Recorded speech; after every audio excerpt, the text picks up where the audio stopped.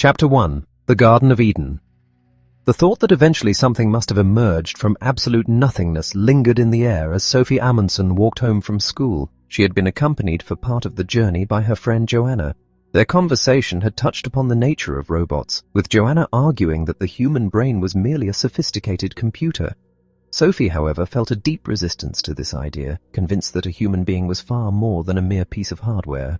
Parting ways at the local supermarket, Sophie continued toward her home, situated at the far edge of a sprawling residential suburb. Her garden bordered the untamed woods, making it feel as though her house rested at the very boundaries of the world. Following the road into Clover Close, a sudden appreciation for the season struck her. It was early May, and the landscape was bursting with life. Daffodils clustered thickly around the fruit trees, and the birches unfurled their pale green leaves. She marveled at the sheer vitality of nature, wondering what hidden force propelled such an immense mass of green vegetation from the dead earth the moment the snow retreated and the air grew warm. Upon reaching her garden gate, Sophie habitually checked the mailbox. Usually it contained nothing more than advertisements or large envelopes for her mother. Occasionally there were bank statements for her father, who spent most of the year away at sea captaining a large oil tanker. Today, however, the mailbox held a solitary, small, white envelope. It was addressed simply to her, bearing her name and address. There was no stamp, no return address, and nothing to indicate its sender. Stepping quickly into her red house, she was greeted by her marmalade cat, Sherikan. Sophie's home was a veritable menagerie, a collection of pets given to her over the years to compensate for her father's frequent absences and her mother's long working hours. Leaving her school bag on the floor, she poured some food for the cat and sat down on a kitchen stool to examine her mysterious mail. She tore open the envelope. Inside was a slip of paper no larger than the envelope itself, bearing 3 handwritten words followed by a prominent question mark. "Who are you?" Sophie was bewildered. She knew she was Sophie Amundsen, but beyond the name, who was the person residing behind it? She tried to imagine herself with a different name, realizing that if she had been called something else, she might have felt like an entirely different person. She rushed to the bathroom, gripping the slip of paper, and stared intently at her reflection in the mirror. She spoke her name aloud, but the girl in the glass merely mirrored her actions, offering no deeper revelation. She felt a sudden, acute dissatisfaction with her appearance, but beyond vanity, she was struck by the unreasonableness of it all. She had not chosen her own looks. She had not even chosen to be born as a human being. What did it truly mean to be human? Seeking solace, Sophie wandered out into the garden. Standing on the gravel path, she was suddenly overwhelmed by a sensation of intense reality, as if she were a doll magically brought to life by the wave of a wand. The garden around her seemed incredibly vibrant.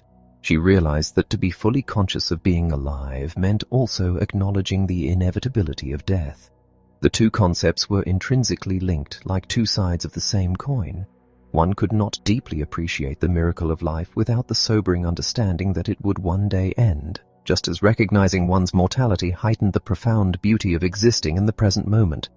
Driven by a restless curiosity, she returned to the green mailbox. To her astonishment, it contained a second white envelope, identical to the first, despite the box having been empty moments ago. Ripping it open, she found another brief note. Where does the world come from? Her mind reeled. She knew the Earth was just a tiny planet suspended in the vastness of space, but where did space itself originate? The idea that the universe had simply always existed felt fundamentally wrong. Everything, she reasoned, must have a beginning.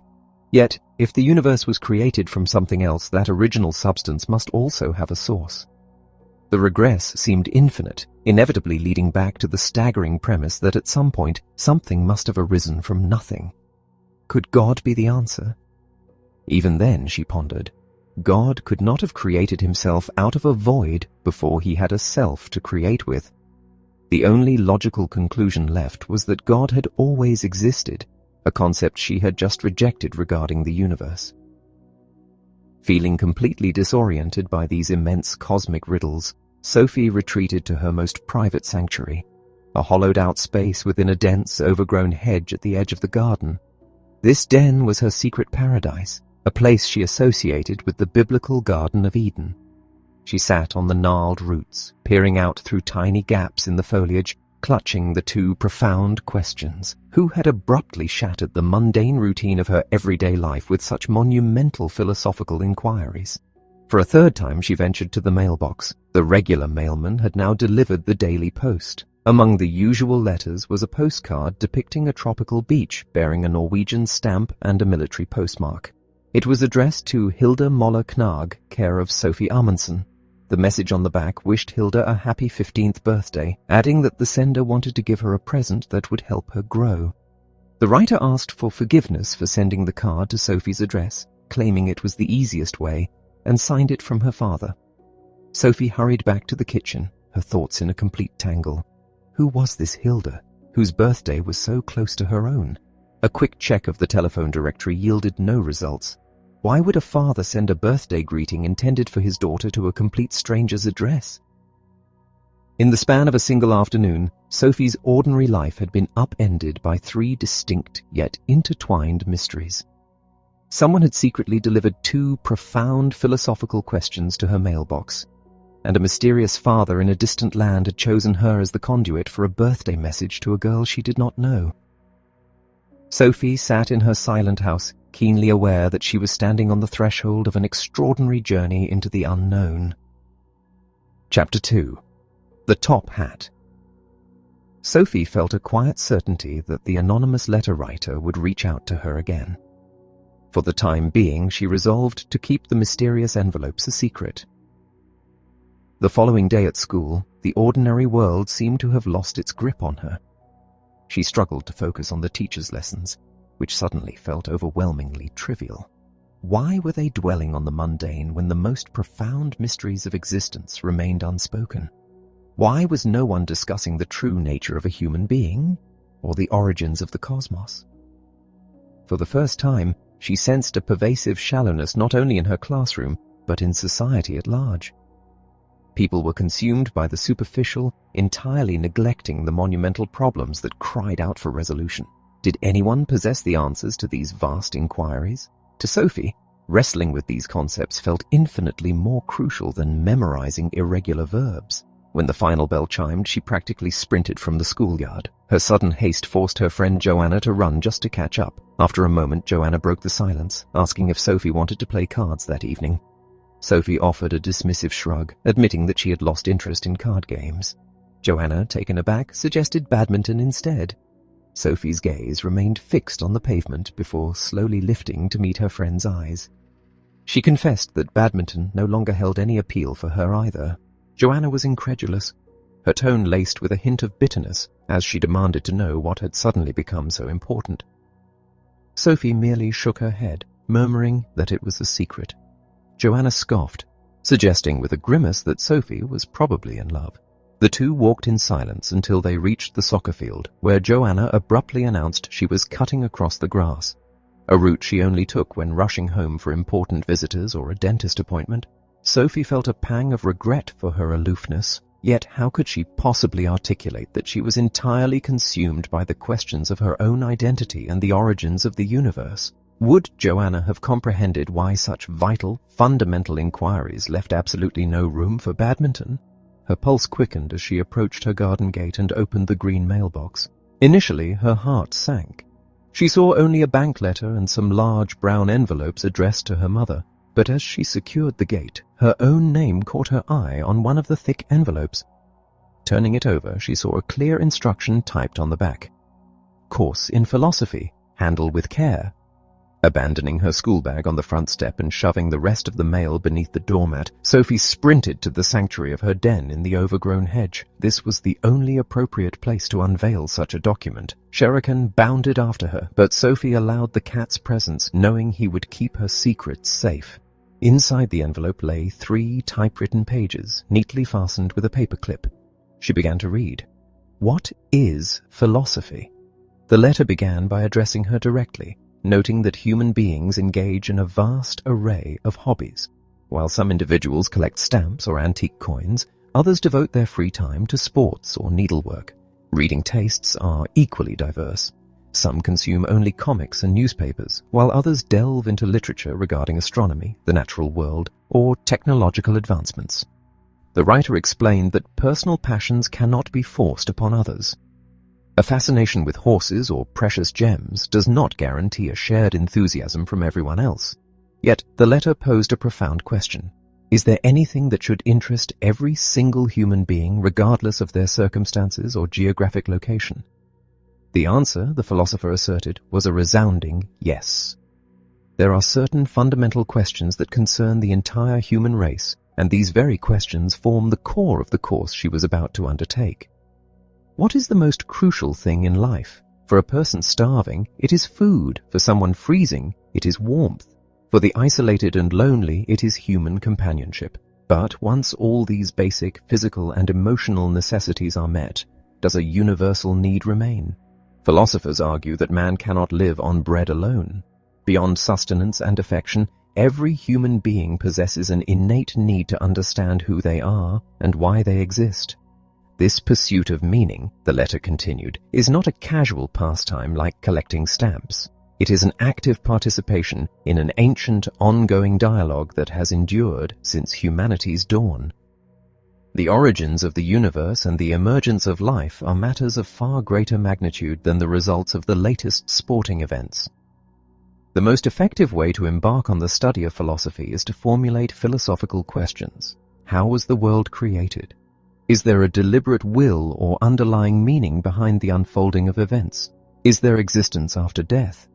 Above all, how ought we to navigate our lives? Throughout history, no known culture has existed without grappling with the nature of humanity and the genesis of the cosmos. The writer pointed out that the actual number of foundational philosophical questions is relatively small. However, human history offers a multitude of varying answers to each of them. Posing a philosophical question is far easier than providing a definitive answer. Today, just as in ancient times, every individual must forge their own understanding. One cannot consult a reference book to verify the existence of God or the afterlife, nor can an encyclopedia dictate the correct moral path. Yet, studying the beliefs of those who came before us can be instrumental in shaping our own worldview. The philosophical quest for truth was likened to a detective investigation. Various investigators might suspect different culprits, but even if a crime remains unsolved, there is always one singular factual truth. Either there is a form of existence beyond the grave, or there is absolute finality. Science has systematically unraveled many ancient mysteries.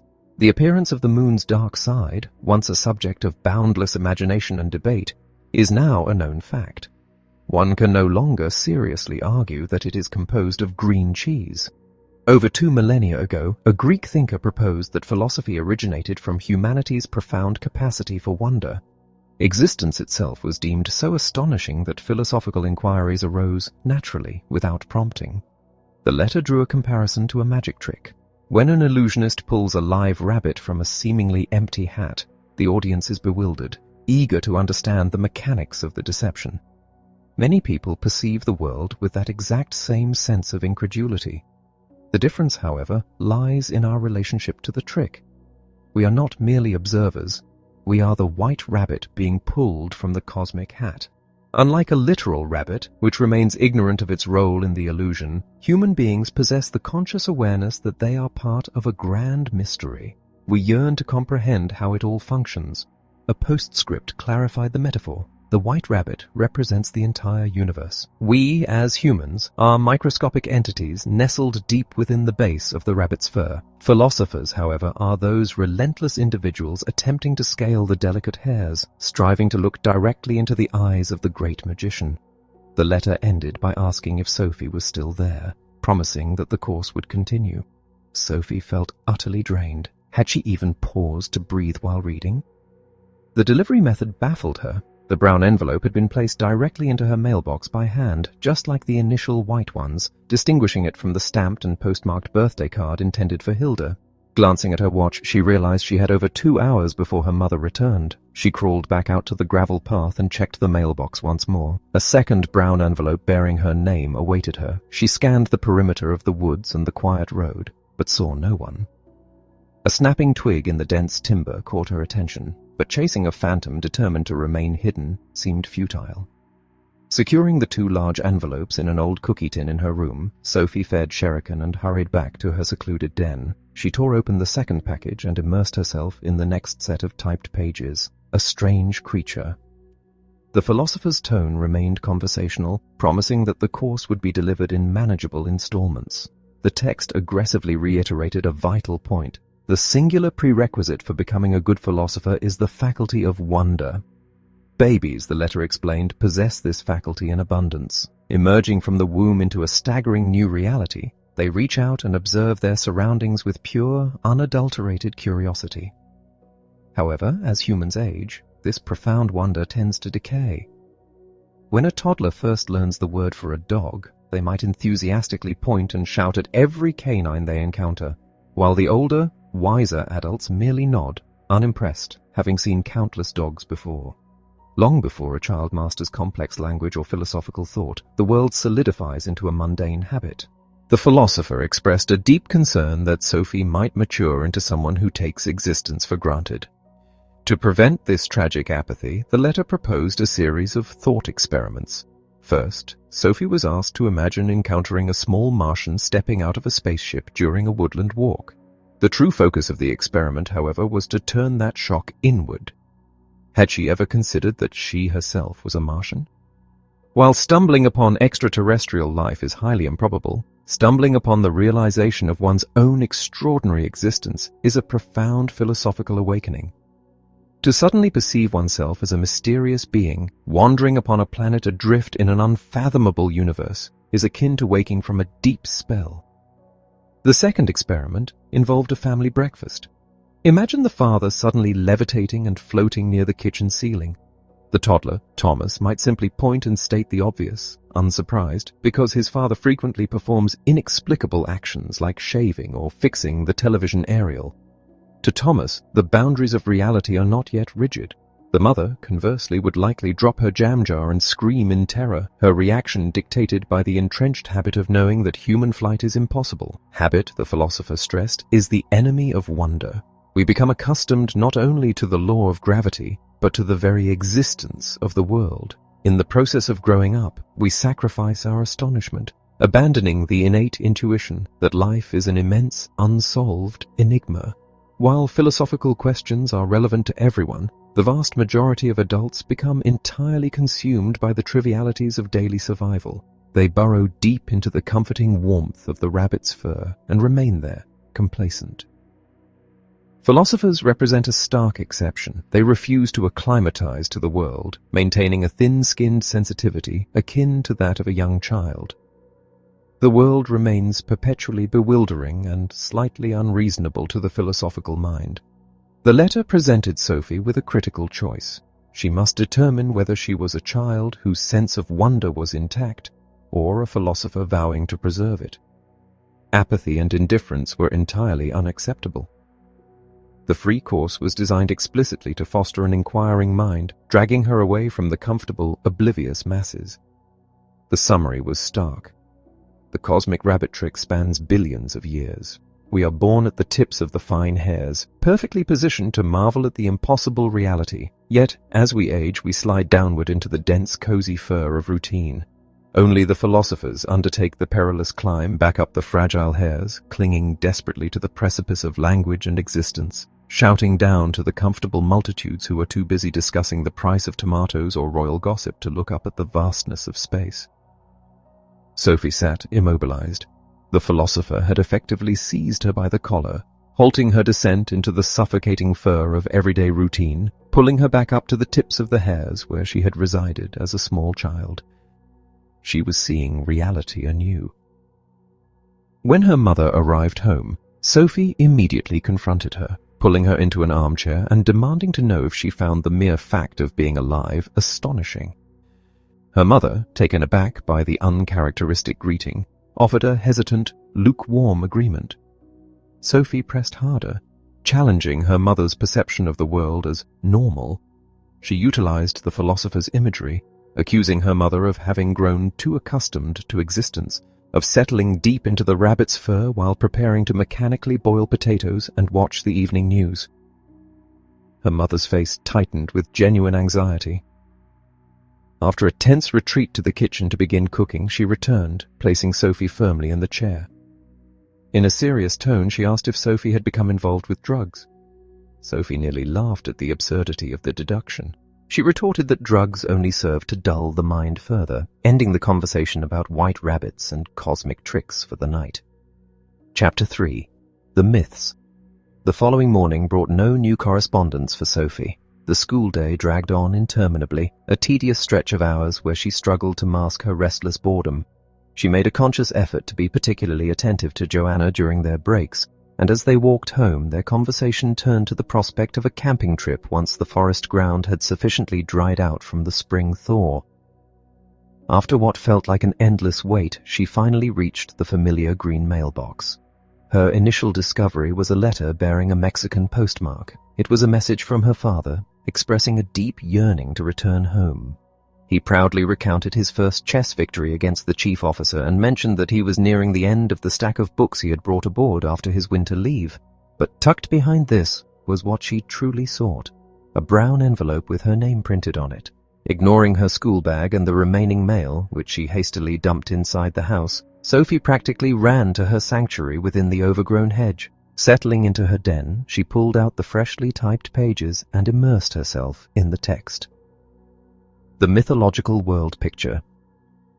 The philosopher's voice resumed with an eager immediacy, promising to plunge straight into the subject without any further detours involving white rabbits or top hats. The focus now shifted to the true beginnings of philosophical inquiry, which took root in Greece roughly 600 years before the birth of Christ. Before this profound shift in human consciousness, people across the globe sought answers to life's grandest mysteries through religion. These ancient explanations were woven into intricate myths, stories of divine beings meant to rationalize the bewildering realities of existence, which were passed down through the generations. For millennia, a rich tapestry of mythological narratives had flourished, attempting to answer the very philosophical questions that now troubled Sophie.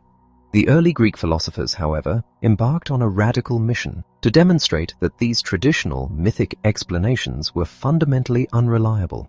To grasp the mindset of these pioneering thinkers, the letter suggested, one first had to understand what it meant to view the universe through a mythological lens. Drawing upon familiar Nordic legends to illustrate the point, the text recounted the ancient beliefs surrounding Thor and his mighty hammer. Long before Christianity swept across the northern lands, the people believed that Thor charged across the heavens in a chariot pulled by two great goats. The swing of his hammer was said to manifest as thunder and lightning. The very word for thunder in Norwegian, the philosopher pointed out, originated from Thor's roar, while the Swedish equivalent translated to God's journey across the sky. With the thunder and lightning came the rain, an absolutely crucial element for the Viking farmers whose survival depended on the soil. Consequently, Thor was revered not merely as a warrior, but as a vital god of fertility. The myth provided a tangible explanation for the otherwise incomprehensible phenomenon of rain.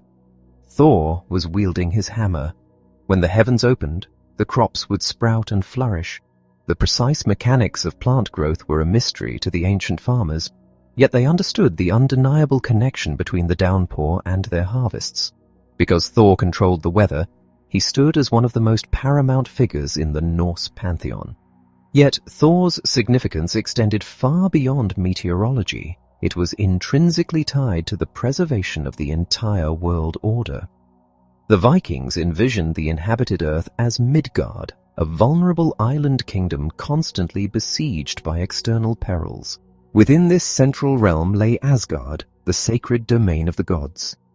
Beyond the safety of Midgard sprawled Utgard, the treacherous territory of the giants. These malevolent entities constantly devised cunning strategies to annihilate the world.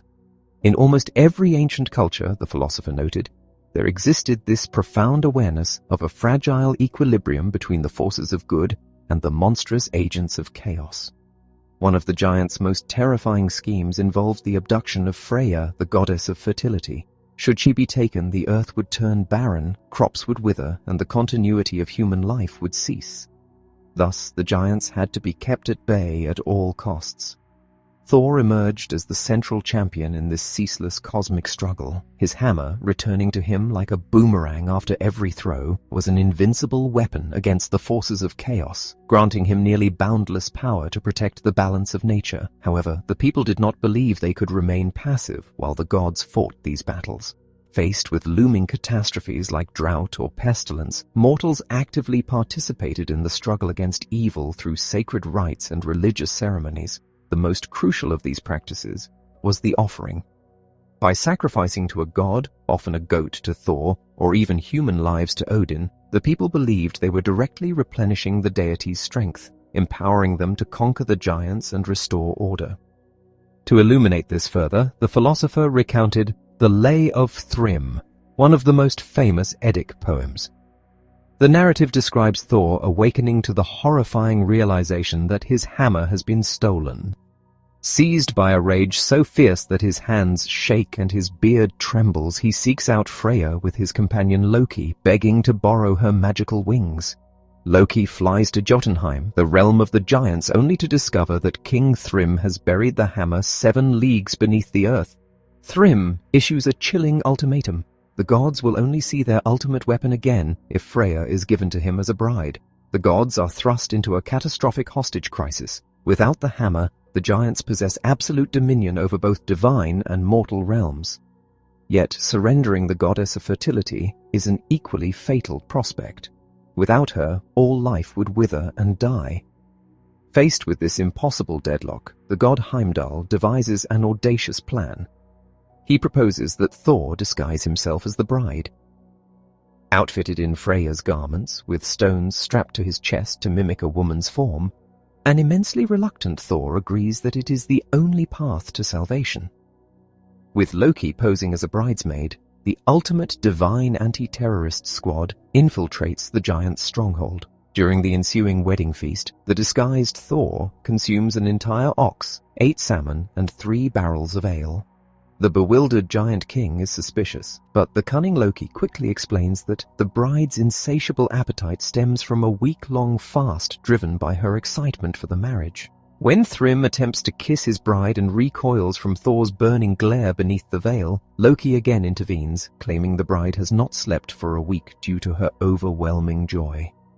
Finally, the hammer is brought forth and placed in the bride's lap to seal the union. With a roar of triumphant laughter, Thor sheds his disguise, slaughters Thrym, and eradicates the giant kin, restoring the balance of power. The myth, the philosopher explained, was never merely an entertaining tale. It was an earnest attempt to interpret the inexplicable. A prolonged drought might be rationalized by the belief that the giants had stolen Thor's hammer. The changing of the seasons could be understood as a cycle where the hammer is lost to Jotunheim in the dead of winter, only to be reclaimed in the vibrant spring. Beyond providing explanations, these stories dictated action. During a drought, the villagers might literally enact the myth, dressing a man as a bride to symbolically steal back the hammer and summon the rain. This dramatization of seasonal myths was a global phenomenon, an active effort to accelerate the processes of nature. While Norse mythology offered local context, a parallel mythological framework dominated ancient Greece during the genesis of philosophy. The Greek pantheon, Zeus, Apollo, Hera, Athene, Dionysus, and others, had governed the people's understanding of the universe for centuries. However, a monumental shift occurred around 700 BC, when the poets Homer and Hesiod committed these ancient oral traditions to writing. Once the myths were fixed on parchment, they became subject to scrutiny. The earliest Greek philosophers began to critique the Homeric tales, pointing out that the gods were depicted with the same egoism, treachery, and flaws as ordinary mortals. For the very first time, it was suggested that the divine narratives were nothing more than human inventions. The philosopher Xenophanes famously argued that humanity had merely cast the divine in its own reflection. He noted that the Ethiopians envisioned gods with dark skin and flat noses, while the Thracians believed their deities possessed pale skin and blue eyes. Xenophanes wryly observed that if horses, oxen, or lions could draw, they would undoubtedly render the gods in animal forms. During this era, the Greeks were establishing numerous city-states across their homeland, southern Italy and Asia Minor. Because slave labor sustained the manual requirements of these societies, the free citizens were afforded the luxury of devoting their lives to culture and politics. In these burgeoning urban centers, a revolutionary mode of thought began to take root. Unshackled from the absolute authority of ancient mythology, any citizen could critically question the structure of society and the nature of the cosmos. This marked the pivotal transition from a worldview governed by myth to one grounded in experience and reason. The earliest Greek philosophers set out on a historic quest to discover natural rather than supernatural causes for the phenomena of the physical world. Sophie slowly emerged from her den, her mind churning with these new concepts. She wandered aimlessly through the expansive garden, trying to strip away all the scientific facts she had been taught at school. She imagined herself growing up in this very garden, completely isolated from modern knowledge. How would she comprehend the sudden arrival of spring? Would she invent a fantastical tale to explain why the snow vanished and the sun rose? Without hesitation, she knew she would. Standing amidst the greenery, she began to craft her own myth. She imagined a cruel being named Muriat, who held the land in an icy, desolate grip, imprisoning the radiant Princess Sikita in a frozen dungeon. Then, the valiant Prince Bravato would arrive to shatter the ice and free her. Overjoyed, Sikita would dance across the barren fields, singing a song of liberation. The frozen earth and dormant trees would be so profoundly moved by her melody that the snow would melt into tears of joy. The returning sun would gently dry the land while the birds learned to mimic the princess's song. As Sikita unbound her golden hair, a few stray locks would fall to the earth, instantly blossoming into the first lilies of the field. Sophie smiled, deeply satisfied with her creation. She realized that if she lacked any other understanding of the changing seasons, she would inevitably believe her own beautiful story. It became glaringly obvious why ancient peoples had constructed such elaborate myths. The human mind possessed a desperate intrinsic need to explain the mechanics of the world. Before the dawn of science and rational philosophy, mythology was the only vessel capable of holding those monumental answers. Chapter 4. The Natural Philosophers. When Sophie's mother finally returned from work that afternoon, Sophie was already waiting in the garden glider. Her mind was occupied with the bewildering connection between her clandestine philosophy course and the elusive Hilda Moller Knag, a girl who, for reasons unknown, would be deprived of her own father's birthday greetings. Her mother's voice calling out from across the yard interrupted her reverie, announcing the arrival of another letter. Sophie's breath hitched. Having already emptied the regular mail, she knew instantly that this had to be from the anonymous thinker. She needed a quick alibi to prevent her mother from prying. Feigning teenage embarrassment, she suggested it might be a love letter, arguing that no girl wants her mother hovering over her shoulder while she reads romantic confessions. The ruse worked, though Sophie knew the deception would only deepen her mother's growing concern. Safe in the sanctuary of her bedroom, she opened the small white envelope. Inside were 3 new, seemingly absurd inquiries. The first asked if there was a fundamental substance from which all other things were formed. The second wondered if it was possible for water to transform into wine. The third pondered how mere earth and water could combine to create a living frog. Sophie initially found the questions nonsensical, yet they persistently gnawed at her thoughts throughout the evening and lingered in her mind the next day at school. She reasoned that if a universal basic substance existed, the mechanics of it abruptly shifting into complex entities like a blooming flower or a massive elephant were entirely baffling.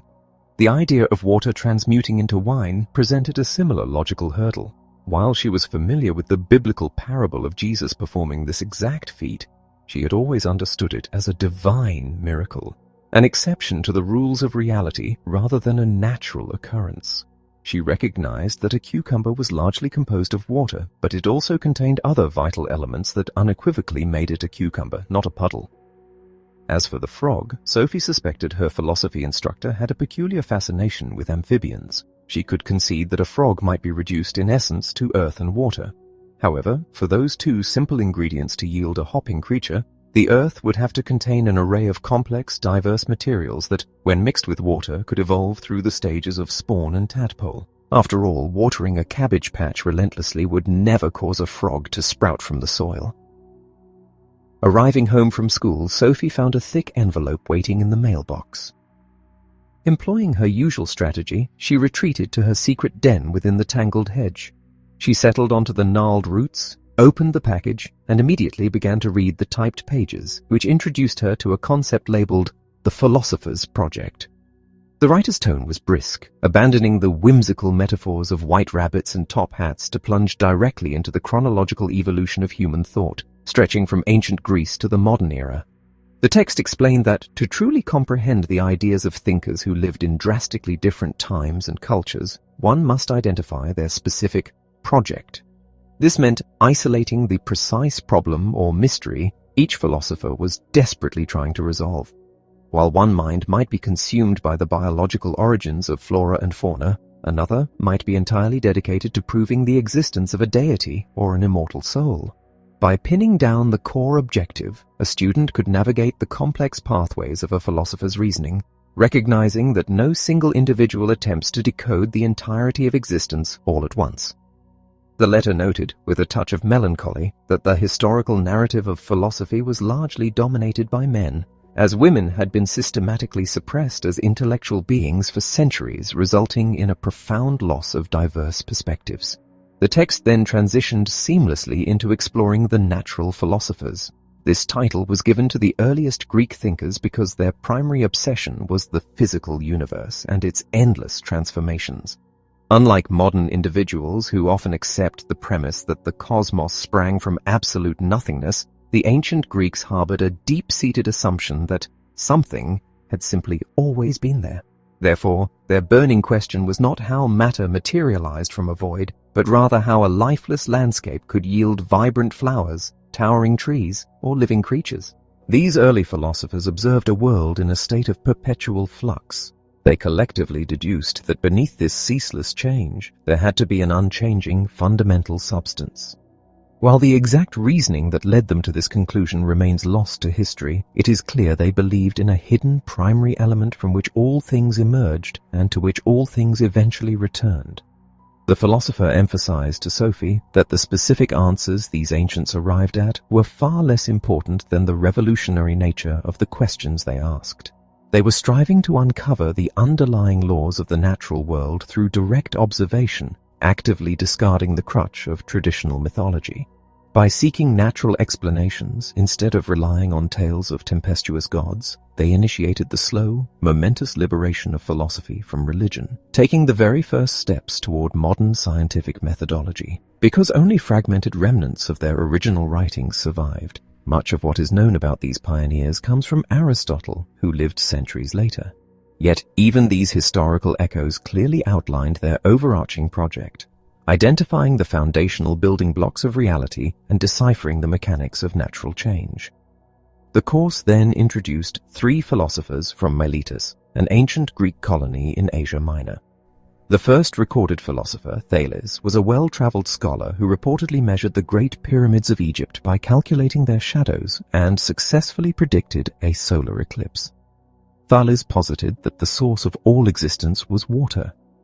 He likely observed how receding floodwaters in the Nile Delta triggered an explosion of plant life, or how rain summoned frogs and insects from the dry earth.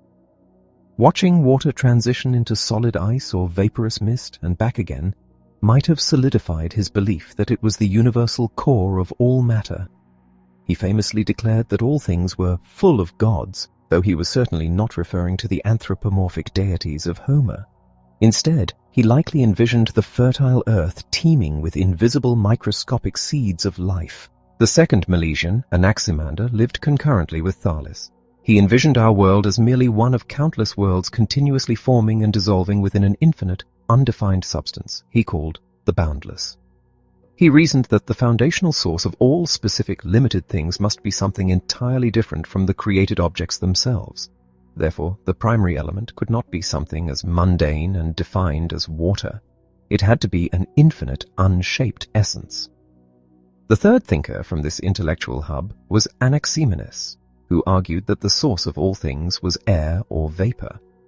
Familiar with Thales's theories, Anaximenes questioned the origin of water itself, concluding that it was simply condensed air.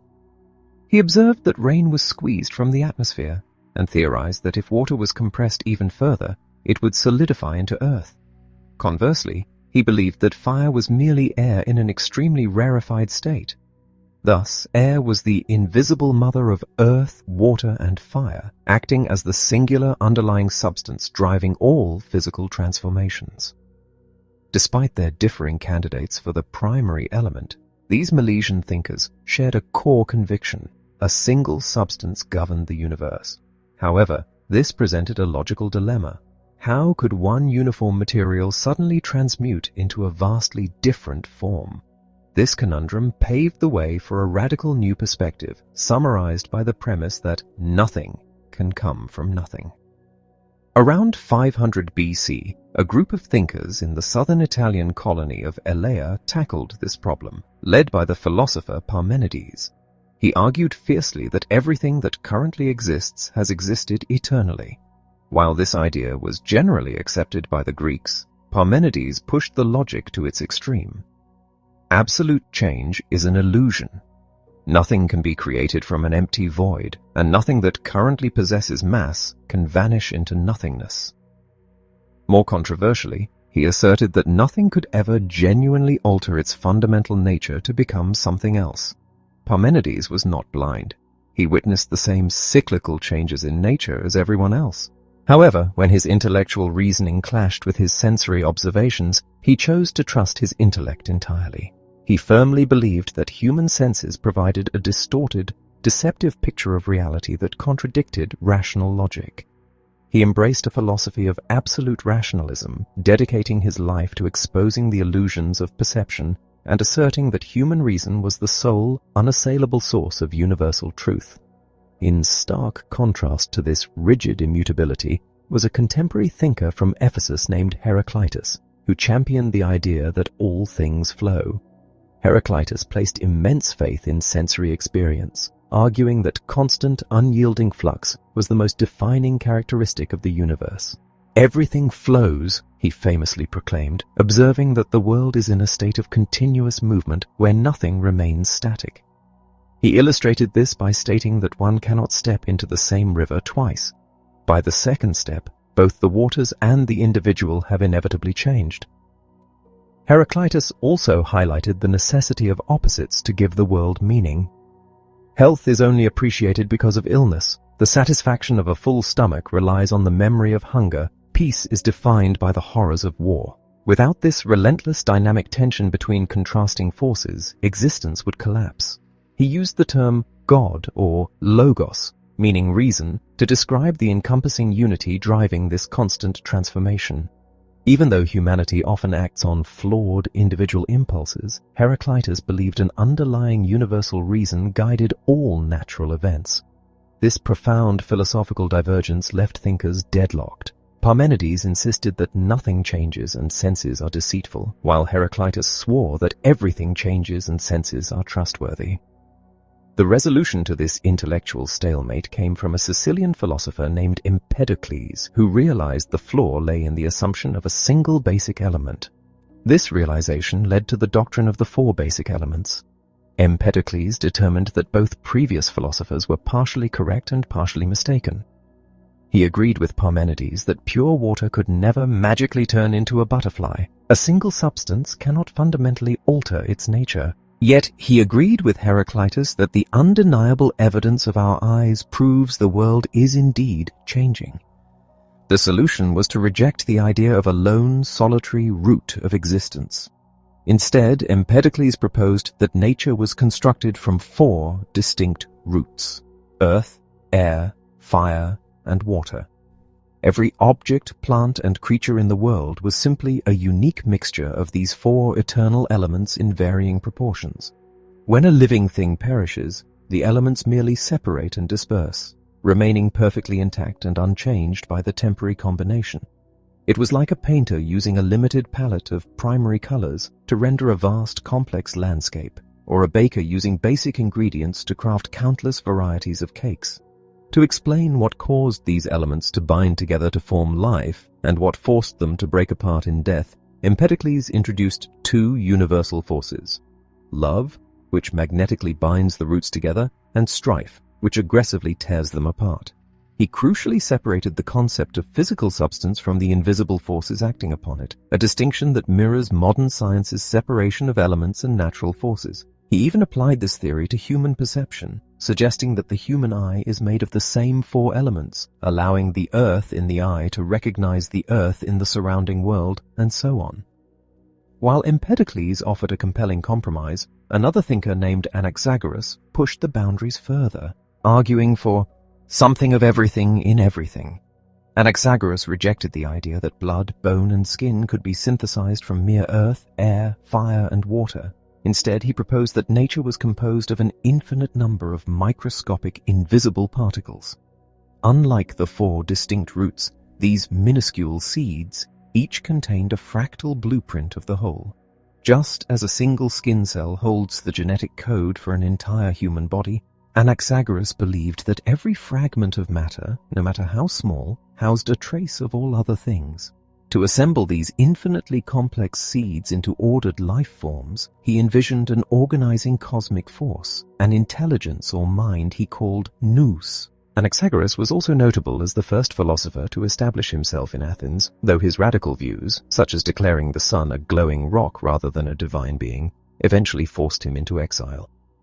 His astronomical observations, including the deduction that the moon reflected the Earth's light and his theories on solar eclipses, demonstrated a mind deeply engaged in empirical observation. The letter from Alberto Knox concluded by urging Sophie to reread the dense material, promising that the ultimate ancient solution to the problem of substance and transformation would be revealed the next day. Sophie crawled out of the dense thicket, her mind vibrating with the immense weight of the ideas she had just absorbed. She looked out over her garden, attempting to view it through the pristine lens of logic rather than the accepted facts of modern science. She saw the profound elegance in Parmenides' refusal to accept spontaneous transformation, recognizing the courage it took to deny the obvious evidence of his own eyes in favor of pure intellectual reasoning. Yet Empedocles' solution was equally brilliant, proving that nature's endless variety could be achieved without violating the rule that fundamental matter cannot change its nature. She realized that the specific chemical accuracy of earth, air, fire, and water didn't matter. What mattered was the philosophical method. These ancient thinkers had charted a course through the unknown using nothing but their raw, unassisted common sense. As she stood amidst the vibrant life of her garden, Sophie understood a profound truth. Philosophy was not a rigid set of facts to be memorized for a school test. It was an active, rigorous pursuit. One could not simply learn philosophy. One had to learn to think philosophically. Chapter 5. Democritus. Carefully gathering the typewritten pages she had just absorbed, Sophie tucked them safely into the old cookie tin and secured the lid. She wormed her way out of the dense thicket of her den and stood gazing thoughtfully across the expanse of her garden. The events of the previous day drifted through her mind, particularly her mother's teasing assumption at the breakfast table that she was receiving love letters. Determined to preempt a repeat of that uncomfortable scenario, she marched purposefully toward the garden gate. 2 consecutive days of romantic insinuations would be infinitely worse than one.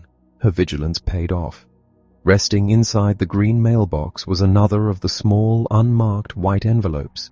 A distinct rhythm was beginning to emerge in her correspondence with the unknown philosopher. Every afternoon yielded a thick brown package of educational material, while a small white envelope containing preparatory questions would miraculously appear while she was engrossed in her reading. The realization struck her with sudden clarity. She could catch him. If the messenger was hand-delivering these notes, and if her bedroom window offered a perfect vantage point of the mailbox, all she had to do was maintain a steady watch. Tomorrow was Friday, leading into the long, unstructured expanse of the weekend. It would be the ideal time to unmask her mysterious teacher. Retreating to her room, she tore open the latest envelope. Instead of cosmic inquiries about the universe, today's note contained a single, seemingly juvenile question. Why is Lego the most ingenious toy in the world? Sophie stared at the slip of paper in disbelief. For a moment, she was thoroughly unconvinced by the premise. It had been years since she had given the brightly colored plastic blocks a second thought. Furthermore, she was entirely at a loss as to how a children's toy could possibly intersect with the profound weight of philosophical inquiry. Yet, she was a diligent student, and her instructor had yet to lead her astray. She climbed onto a stool and dug through the highest, dustiest shelf of her closet, eventually extracting a plastic bag brimming with Lego blocks of various dimensions. Dumping them onto the floor, she tentatively began to snap them together. As the brightly colored structures rose beneath her hands, a series of realizations began to crystallize.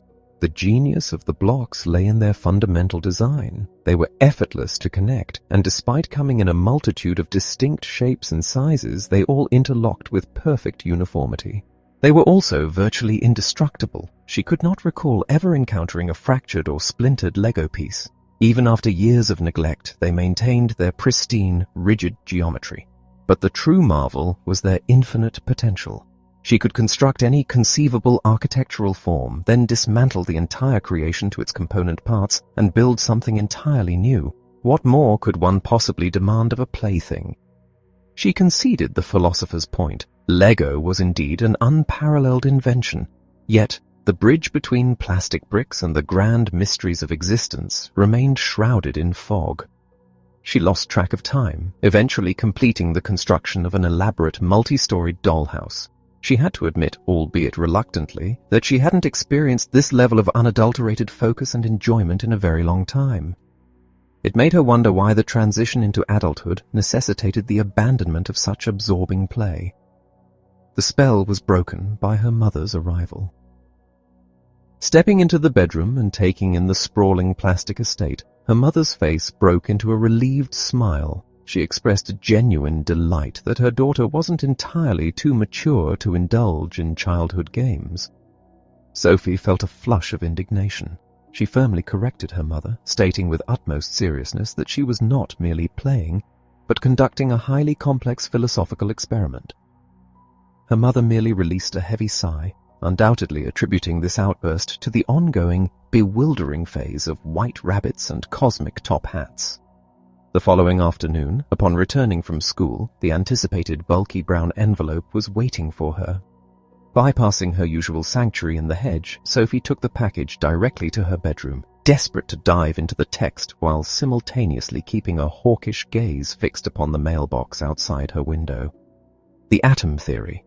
The philosopher's voice returned with its familiar, engaging cadence. He introduced the final luminary of the great natural philosophers, a man named Democritus, who hailed from the coastal town of Abdera in the northern Aegean and lived roughly between 460 and 370 BC. If Sophie had successfully navigated the thought experiment regarding the Lego blocks, the letter assured her she would possess the exact mental framework required to grasp this ancient thinker's monumental project. Democritus aligned himself with the Eleatic belief that genuine, spontaneous transformation was a logical impossibility. Nothing can come from nothing, and the fundamental fabric of reality could not simply alter its intrinsic nature. Therefore, to account for the undeniable ceaseless changes occurring in the natural world, Democritus deduced that everything must be constructed from microscopic, invisible, and unchanging building blocks. He named these foundational units atoms. The philosopher explained the etymology. The word atom translates literally to uncuttable. For Democritus, it was an absolute logical necessity that the primary constituents of matter could not be infinitely subdivided. If reality could be endlessly halved into smaller and smaller fractions, the physical world would lack any structural integrity. It would dilute and dissolve into an amorphous cosmic soup. Thus, nature's building blocks had to be eternal. Furthermore, they had to be solid and impermeable. However, Democritus reasoned they could not possibly all be identical. If every atom were a perfect replica of the next, it would be impossible to explain the staggering diversity of the material world. How the same basic substance could yield both the delicate petal of a poppy and the coarse hair of a goat. He theorized that nature possessed an infinite abundance of these atoms, boasting a boundless variety of shapes. Some were spherical and smooth, while others were jagged, irregular, or hooked. This structural diversity was precisely what allowed them to lock together and construct the myriad forms of the physical universe. When a biological entity, a towering oak tree or a breathing animal, reached the end of its life cycle and decomposed, its constituent atoms simply dispersed. Unharmed and unchanged by their temporary habitation, these eternal blocks were then entirely free to be recycled, drifting through the void until they latched onto new structures to form new bodies. The parallel to Sophie's childhood toy was unmistakable. Lego blocks perfectly mirrored the properties Democritus assigned to his atoms. They are fundamentally indivisible units. They come in varying shapes and dimensions. They are solid and they feature specific connecting mechanisms, interlocking studs and tubes akin to Democritus's hooks and barbs, allowing them to be assembled into complex figures and subsequently dismantled for reuse. The plastic brick that formed the bumper of a toy truck one day could serve as the parapet of a castle the next. In this operational sense, the blocks are eternal, passed down from one generation of children to another without degrading. Clay, conversely, fails this philosophical test. It can be endlessly divided and molded, but it lacks the discrete, unchanging integrity of a true building block. The letter paused to highlight a staggering reality. Modern science has largely validated Democritus's ancient deductions. The natural world is undeniably an intricate architecture of atoms joining and separating in an endless, recycling dance. A single hydrogen atom presently residing in a cell at the tip of Sophie's nose might have once belonged to the trunk of an ancient mastodon. A carbon atom pumping within her heart could have previously circulated through the tail of a dinosaur. While contemporary physicists have discovered that atoms can indeed be fractured into subatomic realms, into protons, neutrons, and electrons, the fundamental philosophical premise remains intact. Science dictates that there must eventually be a threshold, a minimal, indivisible particle that serves as the ultimate bedrock of existence. What made Democritus's achievement so breathtaking was his total lack of modern technological apparatus. He possessed no particle accelerators or electron microscopes. His sole instrument was his intellect. Yet the rigorous application of reason corralled him toward an inescapable conclusion. If one accepts the premises that nothing can spontaneously alter its nature, that nothing emerges from an absolute void, and that no matter is ever truly eradicated from the universe, one is forced to recognize that existence relies on eternal, infinitesimal blocks constantly joining and parting. Crucially, Democritus dismissed the necessity of any spiritual intervention. He did not believe in a conscious designer, a divine force, or a guiding mind, orchestrating the dance of matter as Empedocles or Anaxagoras had proposed. For Democritus, reality was stark and binary. There were only atoms and the infinite void in which they moved. Because he anchored his entire worldview exclusively in physical matter, philosophical history classifies him as a strict materialist. In this framework, the universe operates devoid of conscious intention. The intricate tapestry of nature unfolds mechanically. This does not imply that existence is governed by random chaos. Rather, every event is tethered to the unbreakable laws of natural necessity. Every occurrence has a definitive material cause inherent within the objects themselves. The philosopher quoted Democritus's fierce dedication to empirical truth. He would rather uncover a single new causal law of nature than ascend to the throne of the Persian Empire. This materialist doctrine extended even to human consciousness. Democritus argued that our sensory experiences, the act of seeing the moon, for example, were simply the result of moon atoms traversing the void and physically colliding with the eye. Even the concept of the human soul was not spared this mechanical reduction. He proposed that the soul was constructed from a specific variety of exceptionally smooth spherical soul atoms. Upon a person's death, as the brain ceased to function, these soul atoms scattered into the ether, immediately available to be incorporated into a newly forming consciousness. The implication was profound and uncompromising. Mankind does not possess an immortal soul. This ancient premise echoes strongly in the modern era among those who believe that consciousness is strictly a biological byproduct of the brain, destined to permanently extinguish the moment the physical organ deteriorates. With Democritus, the era of Greek natural philosophy reached its zenith and temporary conclusion. He elegantly synthesized the great debate between Parmenides and Heraclitus. He agreed with Heraclitus that the visible forms of nature are locked in a relentless state of flux. Everything flows. Yet he simultaneously validated Parmenides by proving that beneath this shifting surface lay eternal, immutable foundations that remained forever untouched by the current of time. He called them atoms. Sophie lowered the pages to her lap, her eyes drifting repeatedly to the window, scanning the quiet road for any sign of her elusive instructor. Finding the street empty, she sank back into the profound implications of what she had just read. The elegance of Democritus's theory was staggering.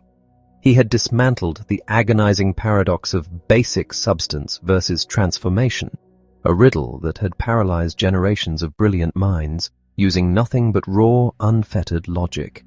A quiet smile touched her lips. It felt intrinsically right that nature was constructed from indestructible microscopic fragments. It allowed her to reconcile the undeniable reality of decay and change with the logical demand for permanence. A towering mountain range would eventually be eroded to dust by wind and rain, succumbing to the great flow of existence. Yet the infinitesimal bedrock of that mountain would survive the erosion, perfectly intact, ready to build the world anew. However, the philosopher of Abdera had stripped the universe of its comforting mysteries. He had presented a cosmos running like a blind mechanical clockwork, entirely devoid of spiritual forces, divine intent, or immortal souls. Could she accept that absolute cold materialism? Was she truly nothing more than a temporary, complex arrangement of atoms, destined for total erasure upon death? She stared into the middle distance, deeply uncertain. She realized she did not have the answers. But as the weight of the questions settled over her, she also realized that her journey into the world of philosophy had only just begun. Chapter 6. Fate. Sophie had maintained a hawk-like vigil over the green mailbox, but her elusive correspondent proved far too cunning. Stepping out to the front porch, she discovered a small white envelope resting directly on the mat. He had approached the house from an unseen angle, completely bypassing her line of sight.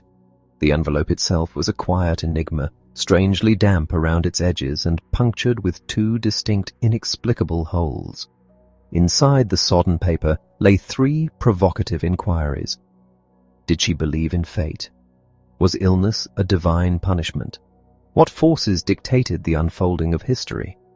She retreated to her room, pondering the nature of destiny.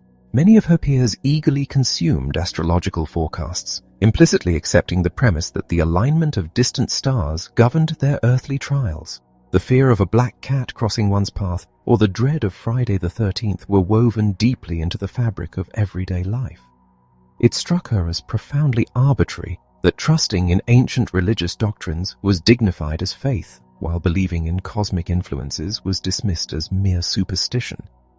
Democritus, she recalled, would have scoffed at it all. His uncompromising materialism left no room for preordained destinies, only the mechanical, inevitable collision of eternal atoms. The question of sickness as a celestial penalty seemed equally archaic, though she recognized that praying for recovery remained a common practice, suggesting a lingering, widespread belief in divine intervention. As for the grand sweep of history, if a higher power or an inescapable fate held the reins, then human free will was nothing but a comforting illusion. Frustrated by the one-sided nature of her education, Sophie decided it was time to seize some control. She penned a formal, painstakingly polite letter to the unknown philosopher, requesting that he reveal his identity and inviting him for afternoon coffee. Sealing the invitation in a bright pink envelope, she faced the delicate task of delivering it. Her mother's growing suspicions, fueled by Sophie's recent cryptic remarks about white rabbits and cosmic magic tricks, culminated in a tense evening confrontation. Her mother feared her daughter was involved with drugs or a dangerous older boy. Sophie earnestly promised that her new associate was merely an enthusiast of philosophy, sharing her own age, though she knew the latter claim was a desperate fabrication designed to buy her peace. That night, Sophie stationed herself by the bedroom window. The hours stretched into a grueling test of endurance. Finally, around 1 a.m, a shadow detached itself from the gloom of the woods. It was a man, undeniably older, wearing a beret. He dropped a thick package into the mailbox, noticed her pink envelope, retrieved it, and melted back into the night. Heart hammering against her ribs, Sophie crept downstairs, snatched the new delivery, and retreated to her bed to absorb the latest lesson. The philosopher's tone was sharp, opening with a stern reprimand. She was never to spy on him again. Their eventual meeting would occur strictly on his terms. Having asserted his boundaries, he steered the discourse away from the material building blocks of the universe and into the realm of human destiny. Just as the earliest thinkers had to tear down mythological explanations for natural phenomena, they also had to confront deeply entrenched superstitions regarding human life. Chief among these was fatalism, the enduring conviction that all events are absolutely predestined. This belief permeates global history, evident in the Norse sagas' reverence for inescapable doom and the ubiquitous modern reliance on tarot cards, palmistry, and astrology. When a fortune teller stares into the dregs of a coffee cup, they are attempting to lock eyes with the fundamentally unforeseeable. The sheer ambiguity of these predictions makes them incredibly resilient to logical refutation. This universal urge to peek beyond the veil of time was deeply institutionalized in ancient Greece. Citizens and powerful rulers alike would journey to consult the renowned oracle at Delphi, seeking the wisdom of Apollo. The god supposedly spoke through his priestess, Pythia.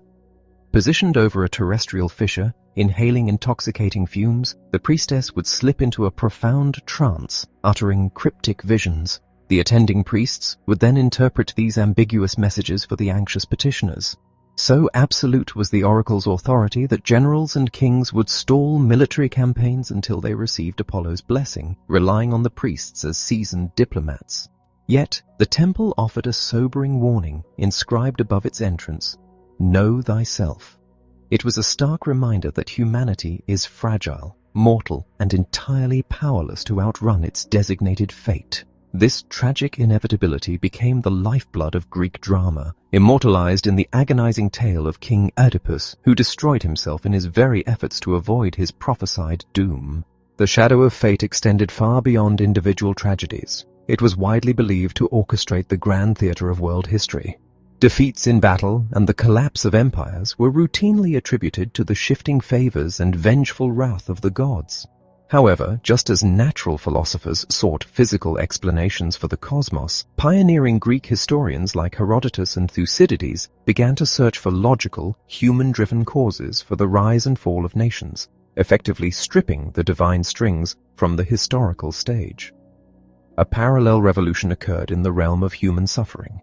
Historically, afflictions were viewed as supernatural punishments, a concept preserved in the word influenza, originally denoting a malignant astral influence. Greek medical science, spearheaded by Hippocrates, radically challenged this view. Hippocrates proposed that health was the natural default condition of the human body. Sickness was not a divine curse, but a physical or mental imbalance, a deviation from nature's intended harmony. The path to restoration demanded moderation and a disciplined lifestyle, encapsulated in the ideal of a sound mind within a sound body. Hippocrates also laid down an ethical foundation for the healing arts, demanding strict confidentiality, the refusal to administer poisons, and an unwavering commitment to the patient's well-being, principles that continue to bind the medical profession today. Sophie awoke the following morning with a jolt of anxiety. Had the midnight shadow, the beret, and the thick package been nothing more than a vivid dream? She reached down into the space beneath her bed, her fingers brushing against the crisp paper of the philosopher's letter. The reality of the night was confirmed. But her hand found something else hidden in the dust, a square of soft fabric. She pulled it into the morning light. It was a vibrant red silk scarf. It did not belong to her, and the name carefully inked along the seam sent a cold shock through her veins. The name was Hilda. How the paths of their lives were mysteriously intertwining was a riddle that seemed to deepen with every passing day. Chapter 7. Socrates. Sophie's mind was still reeling from the discovery of the red silk scarf hidden beneath her bed. The name Hilda, etched into its seam, felt like a quiet intrusion into her private reality. How could the possessions of a total stranger materialize in the deepest, most secure corner of her room? Seeking clarity, she retreated to her den in the hedge. As if summoned by her confusion, the daily arrival of the thick brown envelope provided her next intellectual escape. Tearing it open, she found her mysterious tutor, ready to pull her into an entirely new era of thought. The philosophy of Athens marked a profound shift in the intellectual landscape of the ancient world. The relentless cosmic investigations of the natural philosophers were slowly drawing to a close. A vibrant, bustling city was emerging as the absolute cultural center of Greece, and with this urbanization came a dramatic pivot in the philosophical project. The focus was no longer directed outward toward the mechanical behavior of atoms or the fundamental elements of physical matter. Instead, the gaze turned sharply inward, concentrating entirely on the complexities of human society, morality, and the individual mind. Man at the center of this new movement was a concept driven by a wave of itinerant teachers known as the Sophists. These intellectuals flocked to the city, bringing with them a worldly skepticism born from their extensive travels. Having witnessed a vast array of conflicting cultures and governance, the Sophists fundamentally rejected the rigid physical dogmas of the earlier thinkers. To them, debating the ultimate origin of the cosmos was a futile endeavor. Even if such absolute truths existed, human comprehension was simply too limited to ever firmly grasp them. They preferred to focus exclusively on practical human affairs, sociology, and politics. The most prominent among them, Protagoras, famously declared that man is the measure of all things. By this he meant that all concepts of truth, justice, and morality must always be weighed against human needs and perspectives. Truth was no longer seen as a universal constant. It was relative to the observer. When pressed on the existence of the gods, Protagoras argued that the matter was too obscure and human life too brief to reach a definitive answer, a stance that established the foundation of agnosticism. These traveling scholars ignited a fierce, ongoing debate regarding what aspects of life were dictated by inescapable nature, and what aspects were merely the artificial constructs of societal convention. Who was Socrates? Emerging from this swirling atmosphere of relativism and debate was a figure who remains perhaps the most enigmatic and deeply influential thinker in human history. The true paradox of his existence lies in the fact that he never committed a single word to writing. He left behind no personal treatises, no recorded lectures, no direct evidence of his own thoughts. His monumental legacy is entirely preserved through the writings of his devoted pupils, most notably Plato.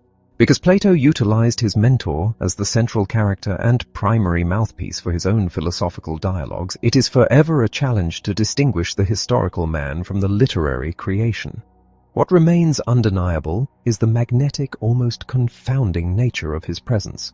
He was famously unappealing in his physical appearance, short, stout, with a snub nose and bulging eyes, yet he was universally regarded as the embodiment of radiant inner perfection. He was a man whose uncompromising dedication to his ideals ultimately demanded the sacrifice of his own life. The art of discourse was his chosen weapon, and it revolutionized human thought. He did not deliver grand, sweeping lectures or position himself as an absolute, untouchable authority. His method was infinitely more subversive. He simply asked questions. He would wander the public squares, striking up conversations with merchants, politicians, and ordinary citizens, feigning absolute ignorance. By adopting the role of a naive student seeking guidance, a tactic that became legendary as Socratic irony, he systematically dismantled the unexamined assumptions of his conversational partners. Through a relentless surgical series of inquiries, he forced individuals to confront the glaring logical inconsistencies within their own beliefs. He likened this rigorous process to the work of a midwife. A midwife does not give birth to the child. She merely assists the mother during the labor. Similarly, he believed that profound, enduring insight could never be forcefully implanted by an external teacher. Genuine understanding had to be born from within the individual's own mind. By cornering people with their own logic, he assisted them in giving birth to rational, unshakable truths. A divine voice resided within him, a profound inner conscience that elevated his pursuit of truth from a mere intellectual exercise to an absolute moral imperative. He frequently spoke of this internal guide, an unwavering intuition that firmly warned him away from participating in anything unjust or immoral. This uncompromising ethical stance inevitably drew the ire of those in power. He categorically refused to participate in politically motivated executions, and his constant probing questions frequently exposed the profound ignorance of the city's most powerful figures. He transformed from an eccentric local fixture into a perceived threat to the stability of the state. In 399 BC, he was brought to trial, formally accused of introducing new deities and corrupting the youth of the city.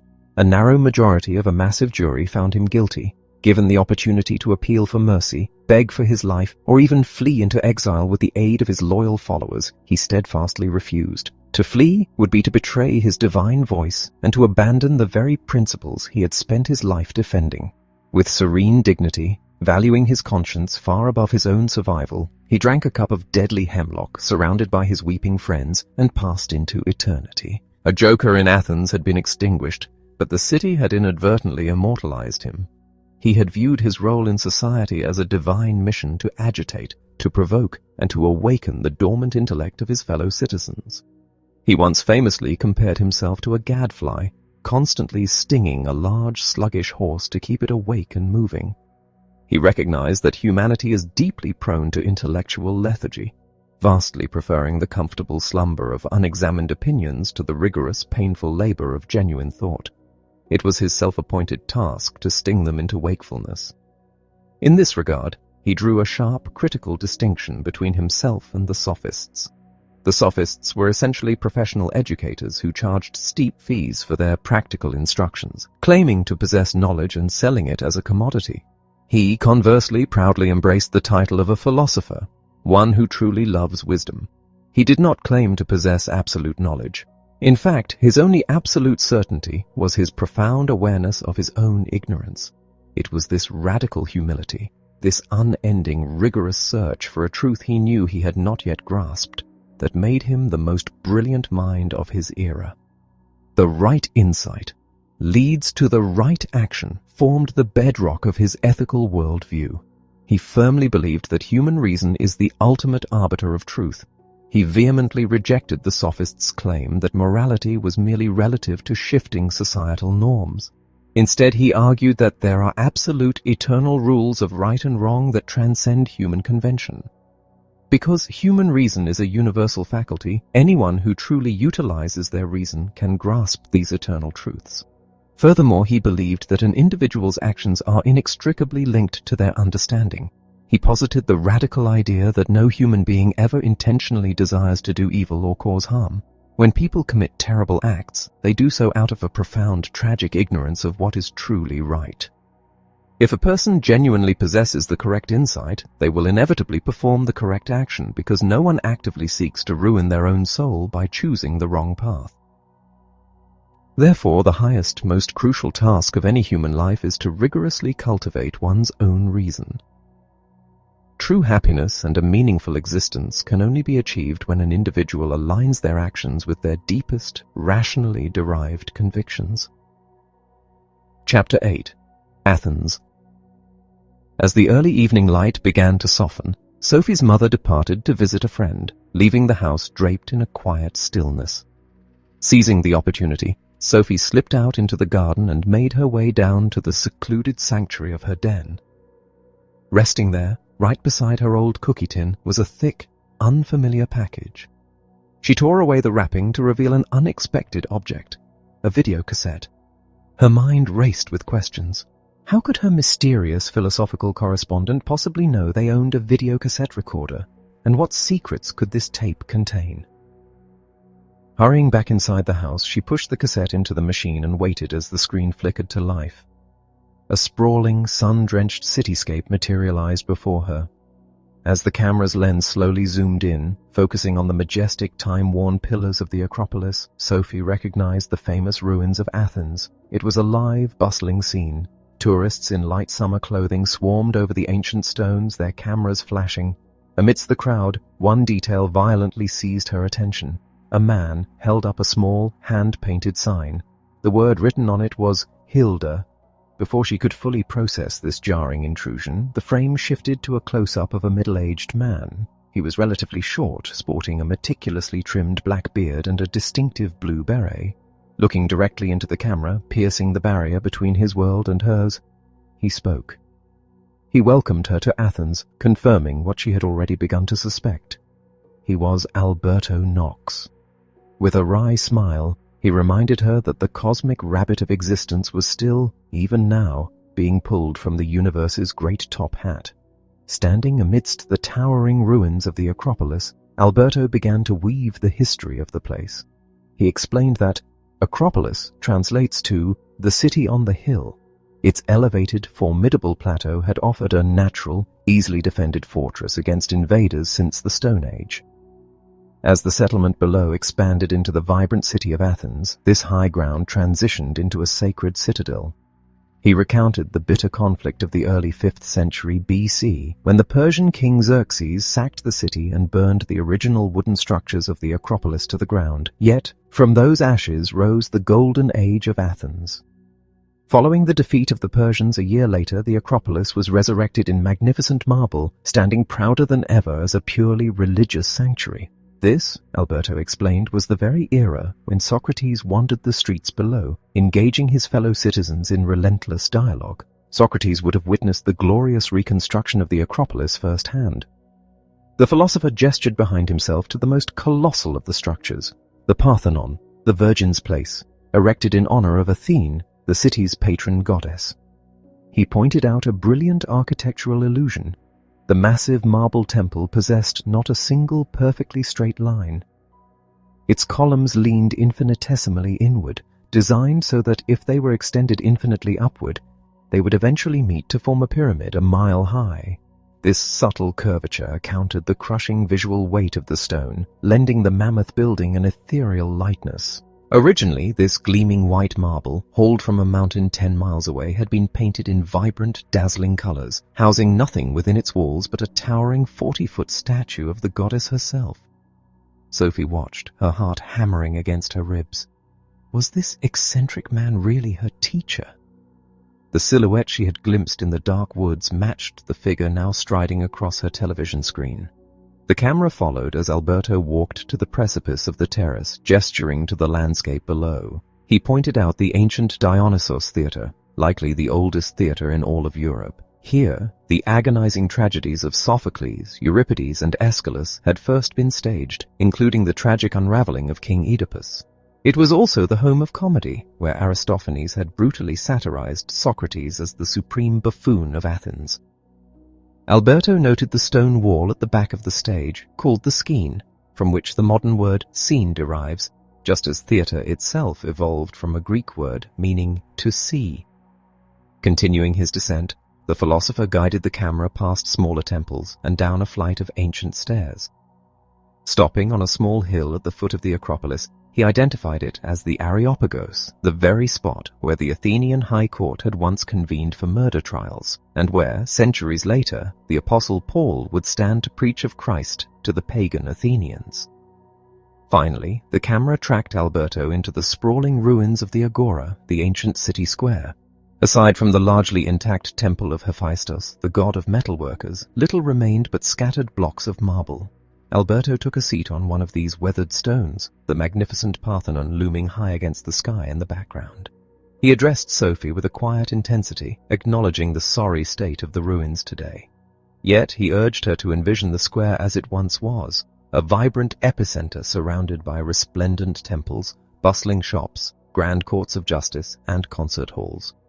This modest plot of earth, he declared, was the very cradle of European civilization. The fundamental concepts of modern human thought, politics and democracy, history and economy, biology and physics, mathematics and logic, theology and philosophy, ethics and psychology, theory, method, idea and system, all germinated within the lively discourse of this specific square. Here Socrates had spent his days, equally willing to interrogate a wealthy aristocrat or a slave carrying olive oil, fundamentally convinced that raw human reason belonged to all. Here, he had fiercely debated the arrogant and murmured quietly with his brilliant young pupil, Plato. Sophie was mesmerized. The sheer weight of history pressing down on that small square was staggering. But what happened next shattered the boundaries of reality. Alberto stood up from the marble block, an enigmatic look on his face. He confessed a temptation to go further, to break the rules, to show her the true splendor of what once was. He stared silently into the lens. Slowly, impossibly, the ancient ruins around him began to rise. Marble blocks glided through the air, piecing themselves together. Dazzling gold and brilliant colors washed over the restored stones. In a matter of seconds, the decayed agora and the distant Acropolis were entirely, miraculously rebuilt. The square was now teeming with life. Citizens in vividly colored garments walked the pristine streets, carrying jars, bearing swords, clutching scrolls of papyrus.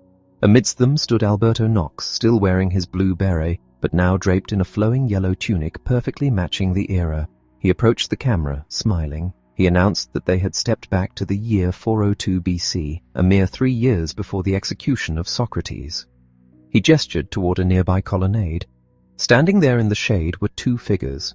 One was an older man, stout and unkempt, with a snub nose, piercing eyes, and a tangled beard. Beside him stood a strikingly handsome young man. Alberto identified them, Socrates and Plato. He approached the 2 legendary figures, removed his beret, and spoke to them in fluid ancient Greek.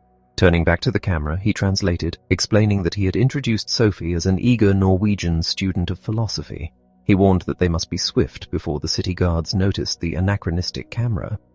The handsome young man, Plato, stepped forward. Looking directly at Sophie with gentle, penetrating eyes, he spoke in a softly accented voice.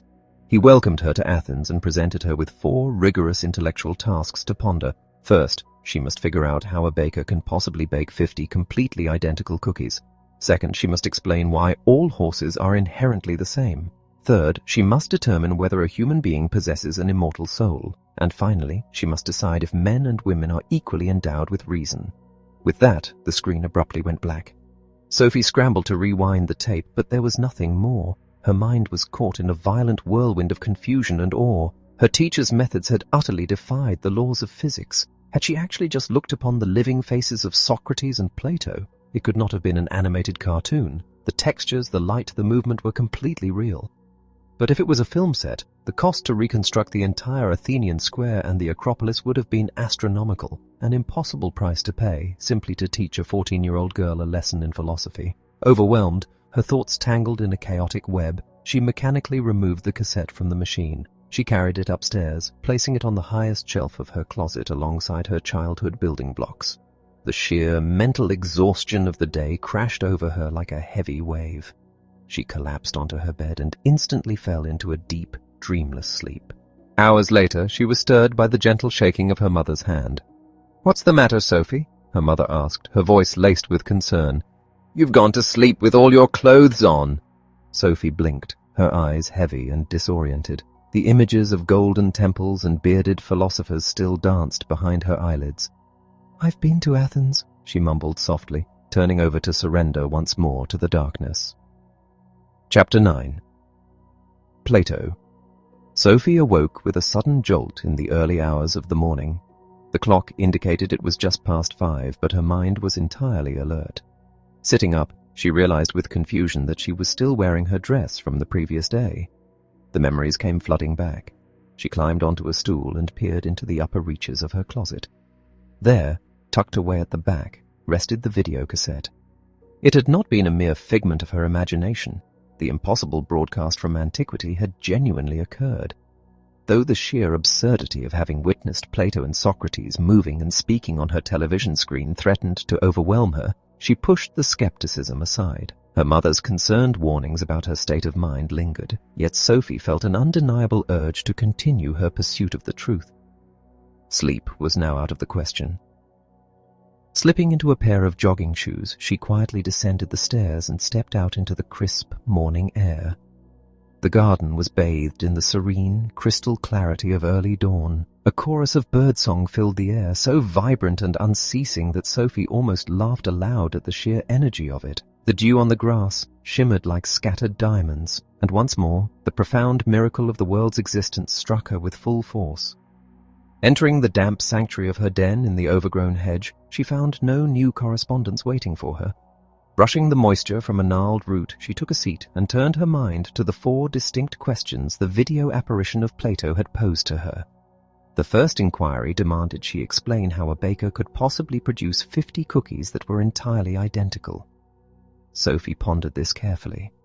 Whenever her own mother baked, the results were decidedly varied, each cookie possessing its own unique, somewhat chaotic shape. Even the confections displayed in professional bakeries bore subtle differences.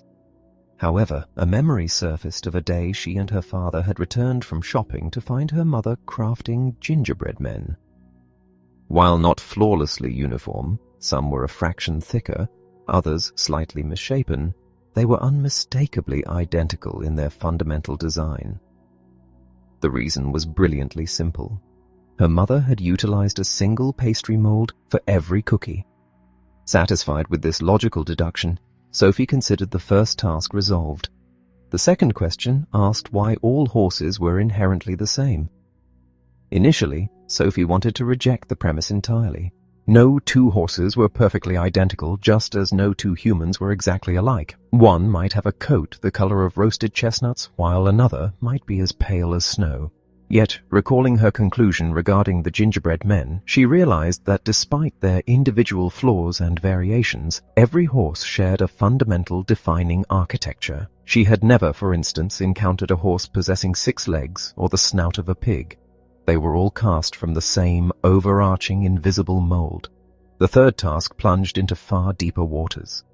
Does man possess an immortal soul? This was a mystery Sophie felt profoundly unequipped to unravel. Her practical knowledge dictated that a deceased body was either buried or reduced to ashes, offering no tangible evidence of continuation. To accept the concept of an immortal soul required believing that a human being was cleaved into 2 distinct entities, a physical vessel that aged and degraded, and an inner spirit that operated independently of the body's decay. She remembered her grandmother remarking that while her body felt ancient, the young girl inside her remained entirely unchanged. This reflection seamlessly led to the final question. Are men and women equally endowed with reason?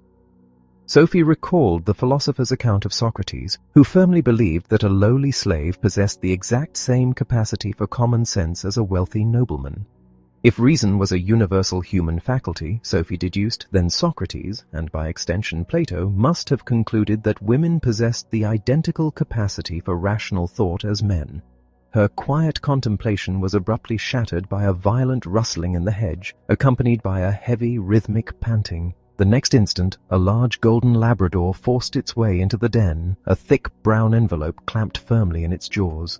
"Hermes!" Sophie cried out. "Drop it!" The dog obligingly let the package fall into her lap and permitted her to stroke his head for a brief moment, but the creature soon grew restless, turning and pushing his way back through the tangled branches.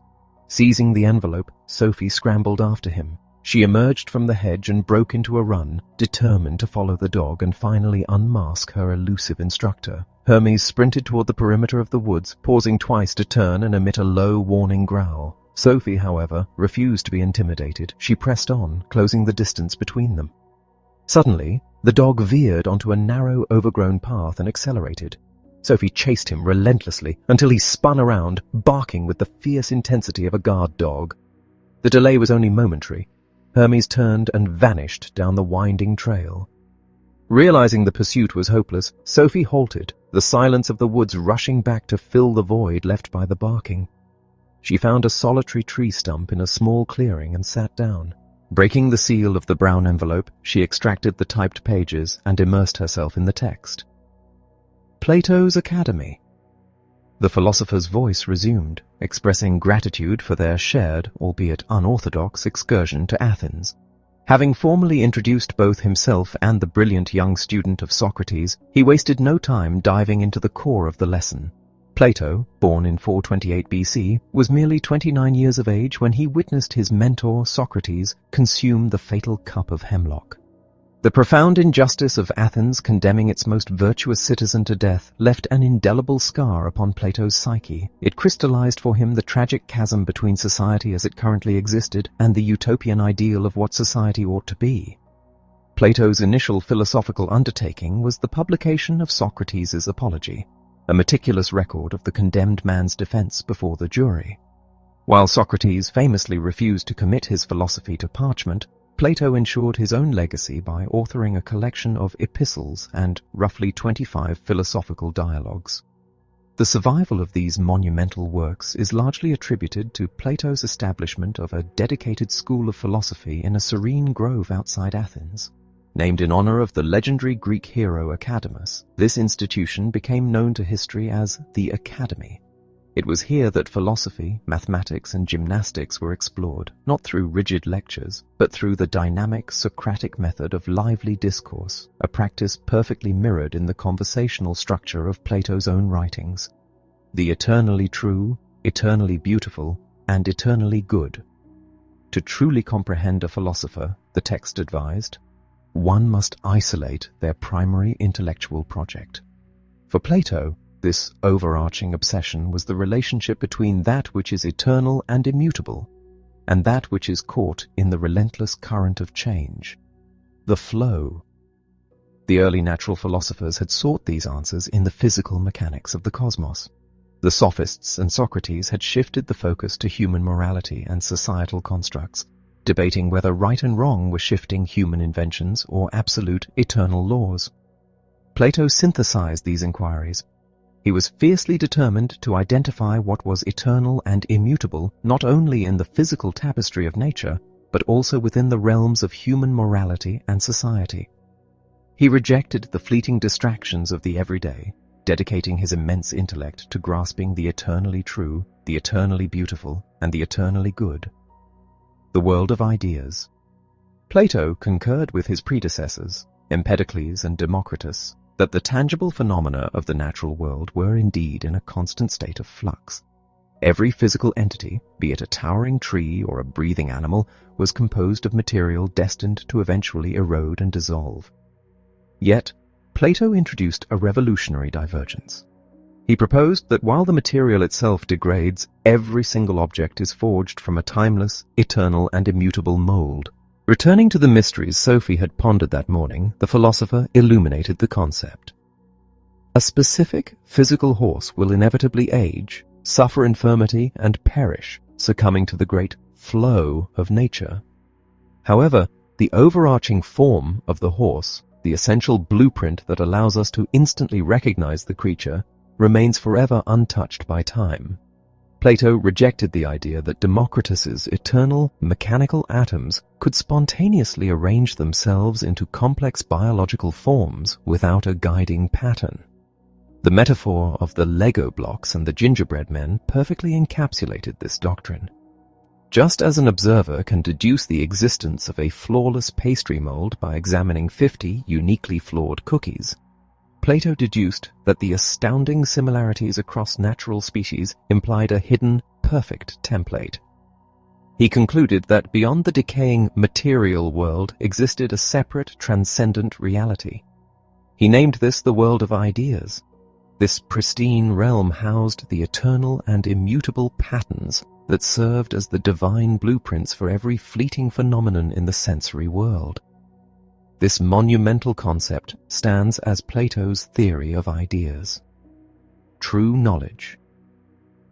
The philosopher anticipated Sophie's skepticism, acknowledging that Plato's literal belief in a separate, ethereal dimension of molds might seem fantastical. Yet the logical progression was impenetrable. Plato argued that anything existing within the physical world of the senses is as ephemeral as a soap bubble. A block of ancient marble will ultimately crumble to dust. Because our physical senses are tethered to this decaying realm, and because sensory perception varies wildly from one individual to the next, we can never possess true, unshakable knowledge of tangible things. We can only hold subjective opinions about them.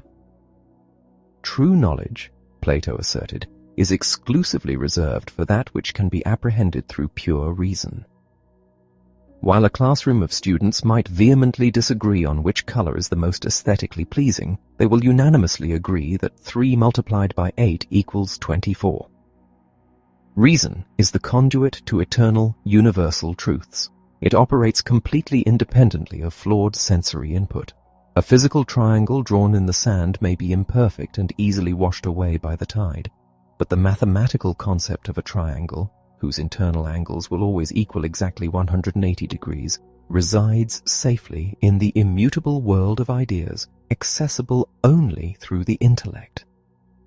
An immortal soul. This profound division of reality demanded a corresponding division of the human being. Plato envisioned mankind as a deeply dualistic entity. We possess a physical body inextricably bound to the sensory world, This body is doomed to age, decay, and perish, and its associated senses are inherently unreliable. However, we also harbor an immortal soul. Because the soul is immaterial, it is not subject to the laws of physical degradation. Furthermore, it is the soul that houses human reason, granting it the unique capacity to gaze into the eternal world of ideas. Plato posited a staggering prequel to human existence. Before the soul descends to inhabit a physical body, it resides peacefully among the perfect molds in the world of ideas. Yet, the traumatic shock of waking within a mortal shell causes the soul to forget the pristine forms it once knew.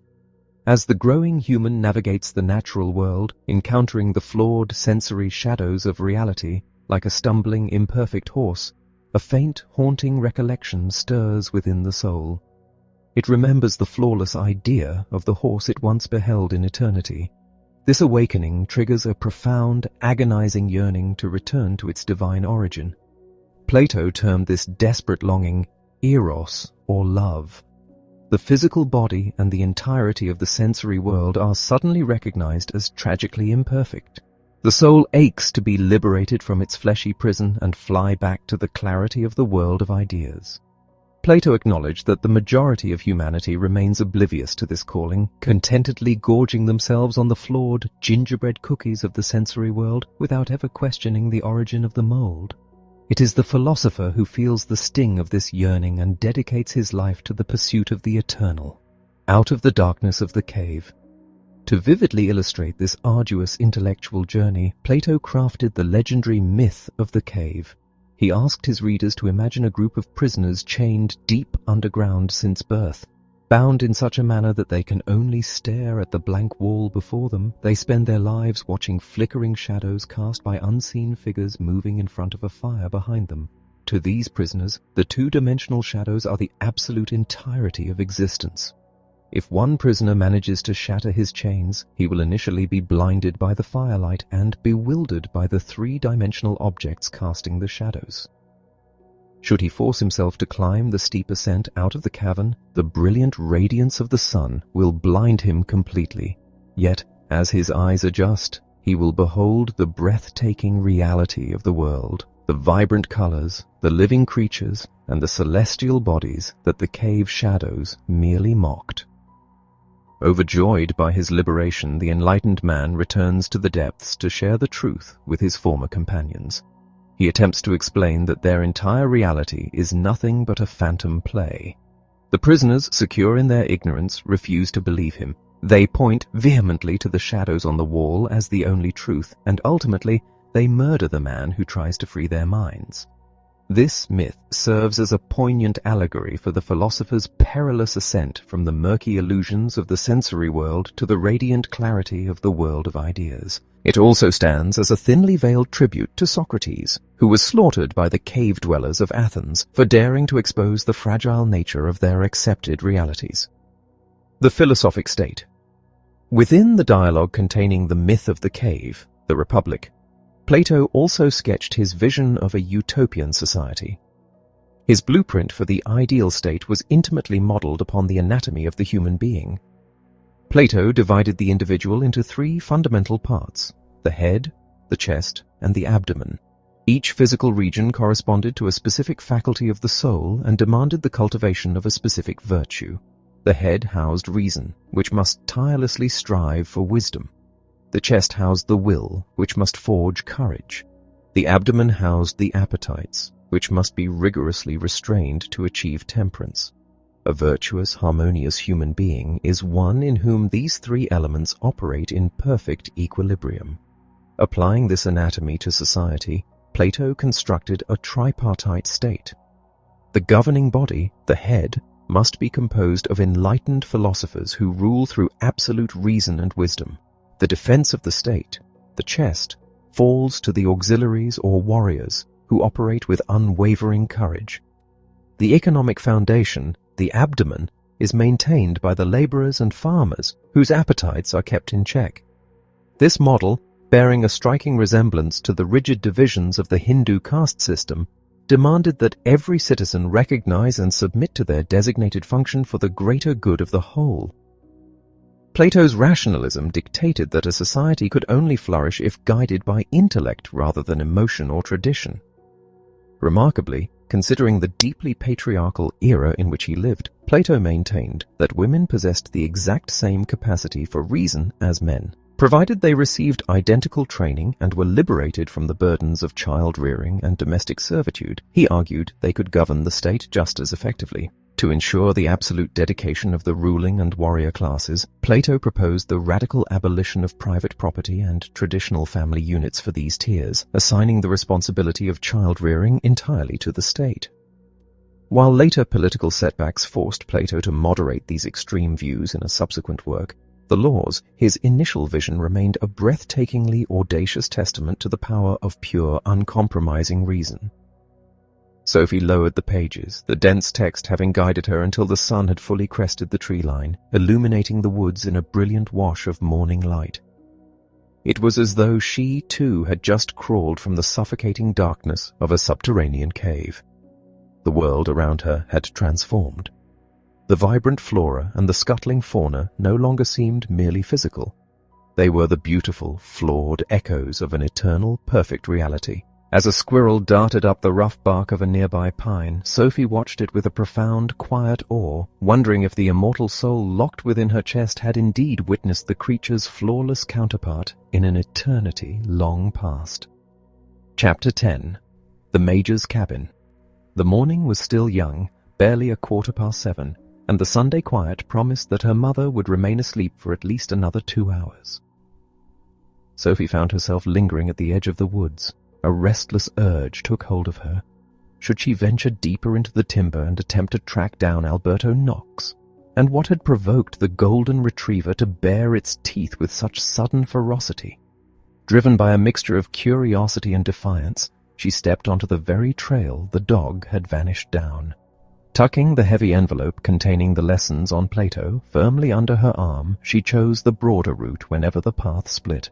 The forest was alive with a vibrant symphony of birdsong. Winged creatures flitted through the canopy and darted between the underbrush, utterly consumed by their morning routines. They possessed no concept of Sundays or days of rest. Who, Sophie wondered, had instructed them in these intricate behaviors? Was there some microscopic internal mechanism driving their actions, a silent program dictating their every move?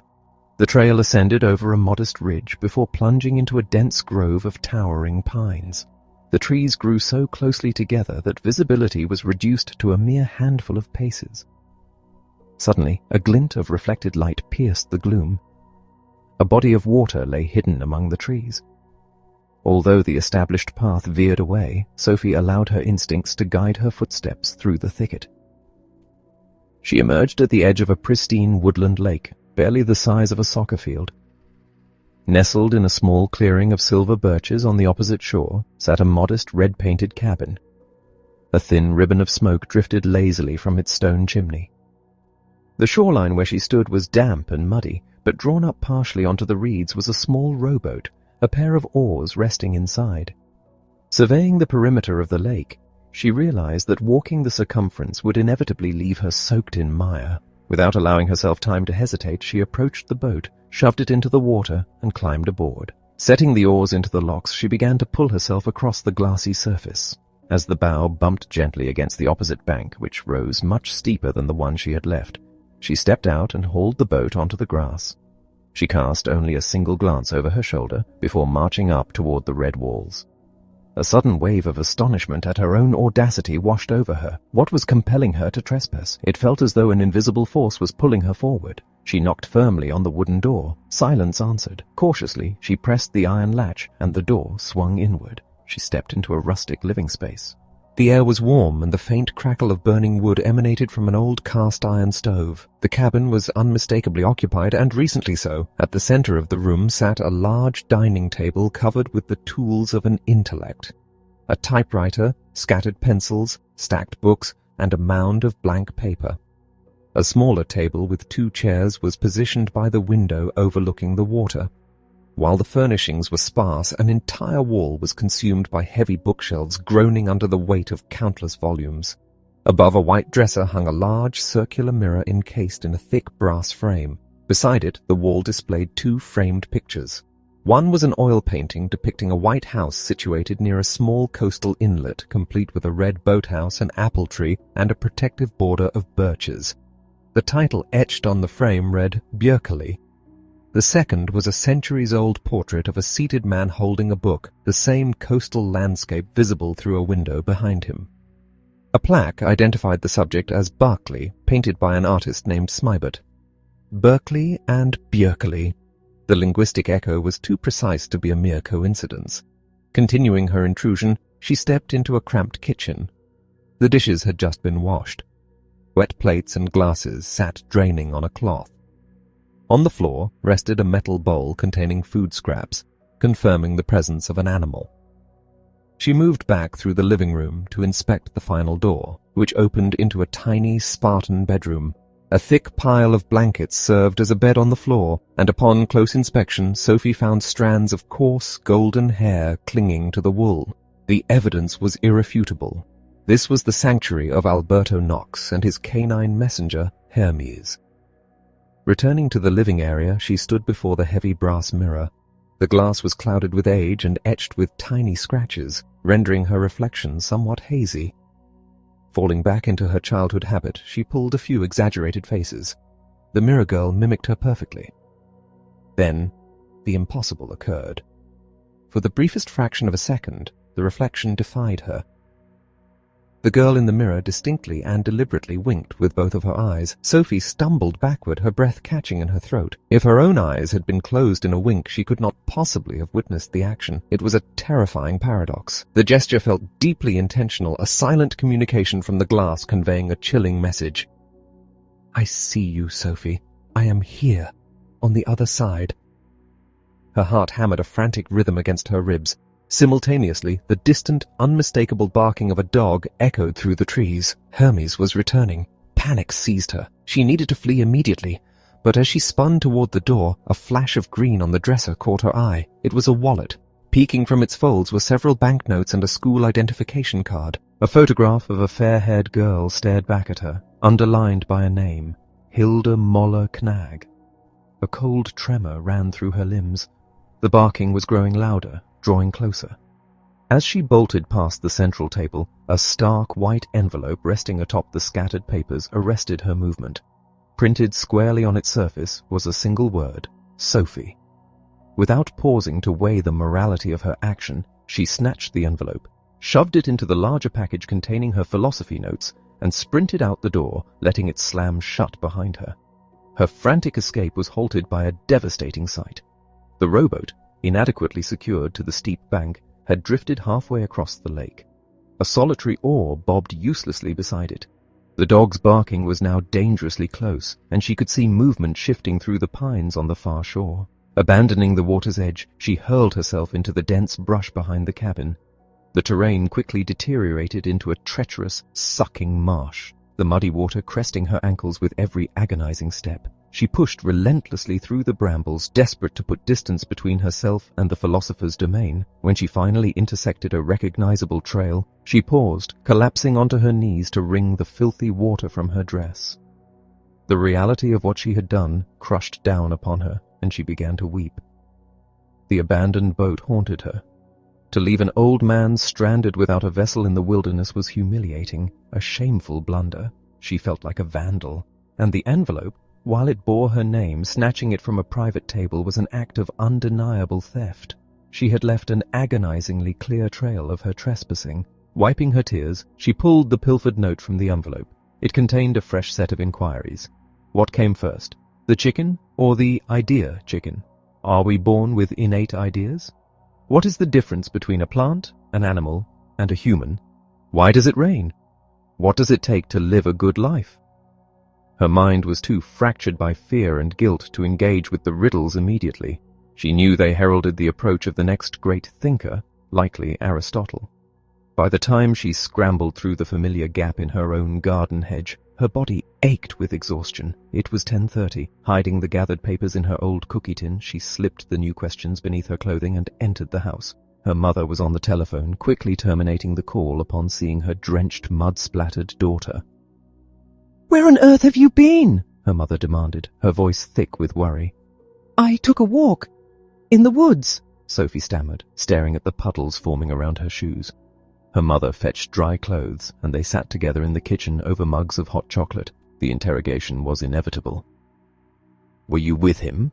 Her mother pressed, the underlying terror of the white rabbit delusion surfacing. I demand to know who you are seeing.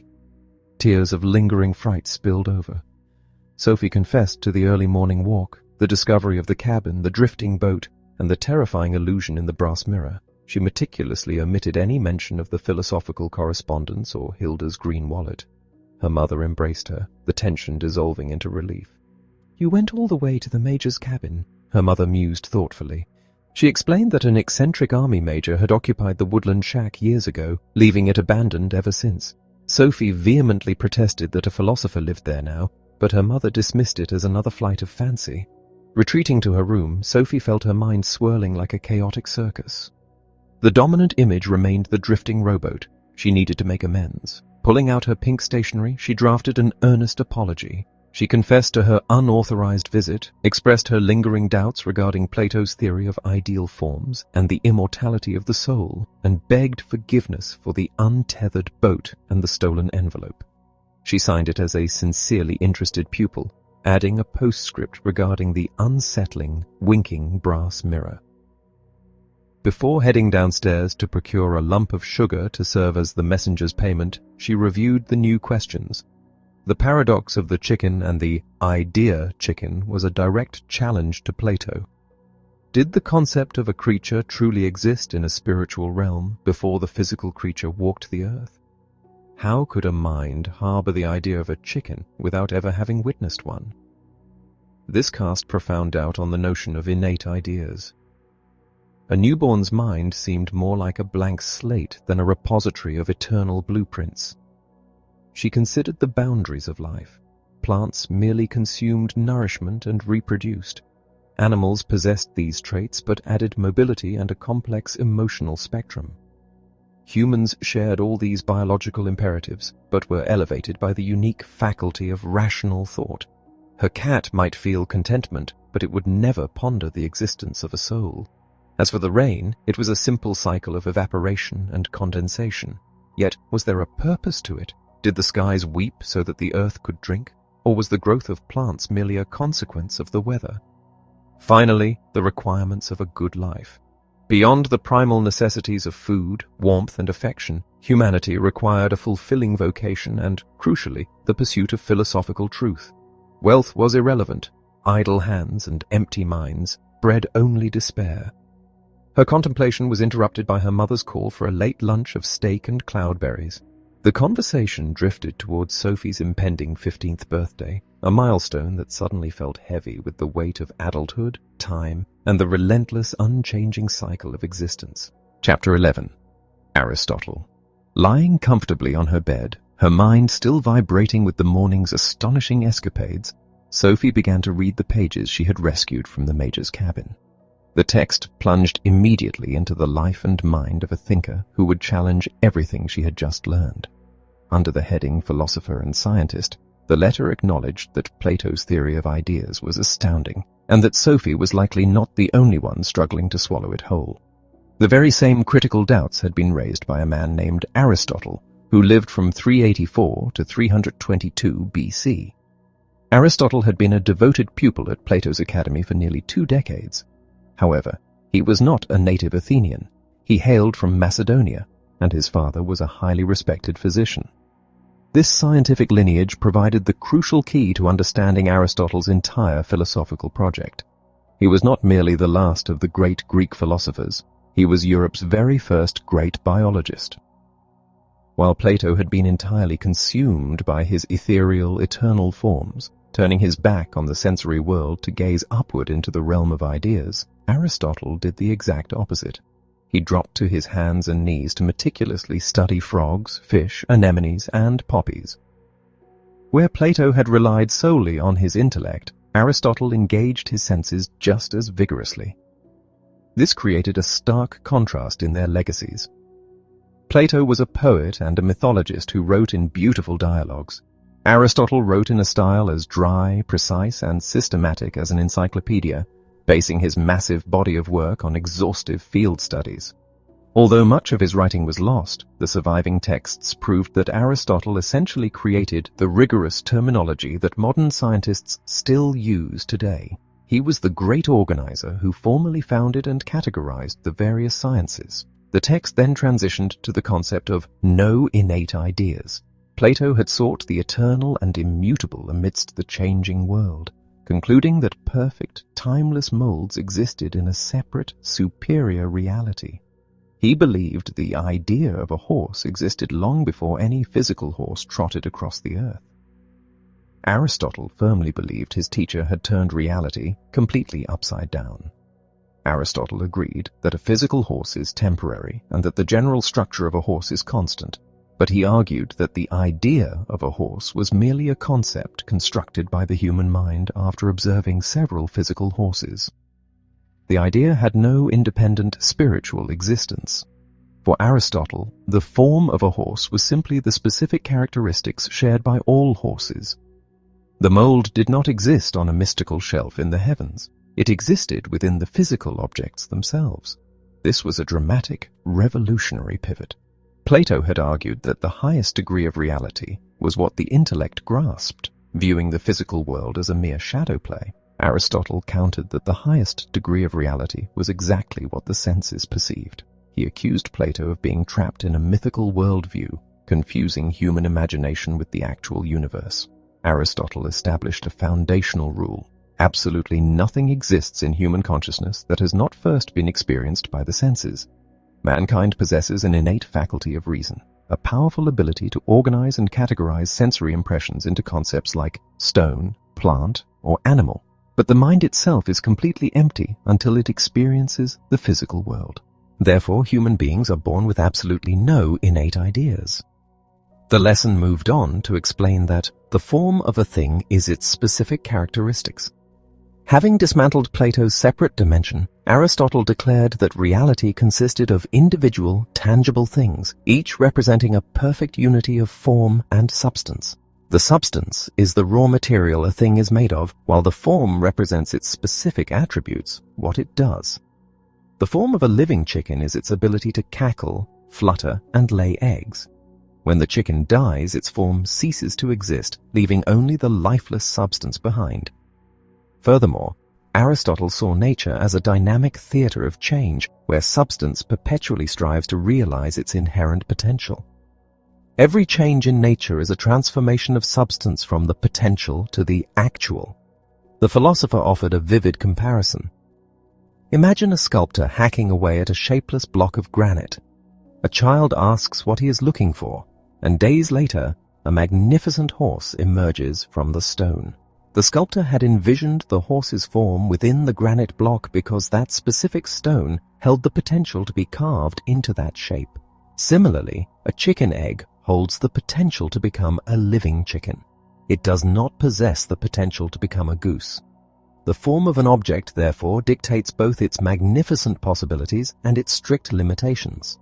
This applied to inanimate objects as well. It is the form of a heavy stone to fall downward, and no amount of human effort can hurl it to the moon because its intrinsic nature demands it return to the earth. This discussion of inherent nature led directly to the concept of the final cause. In the modern era, when people ask for the cause of an event, they are looking for the mechanics of how it happened. If a window shatters, it is because a rock was thrown. But Aristotle maintained that nature operated with 4 distinct types of causes: the material, the efficient, the formal, and the final cause. To explain why it rains, modern science would point to cooling vapor and gravity. Aristotle would agree, noting the material cause, the moisture, the efficient cause, the cooling air, and the formal cause, the nature of water to fall. But he would insist on a 4th, the final cause. It rains, he argued, so that plants and animals can survive and grow. He assigned a deliberate purpose, a life task, to the raindrops themselves. While modern science rejects the idea that inanimate water harbors intentions toward human welfare, Aristotle's worldview was deeply rooted in the belief that absolutely everything in nature operates with a profound underlying purpose. The The philosopher then explained Aristotle's contributions to logic. The distinction between form and substance was vital to how human beings navigate the world. We inherently pigeonhole our experiences. Upon seeing various horses, we recognize their shared form and categorize them, separating the universal traits from their individual substance.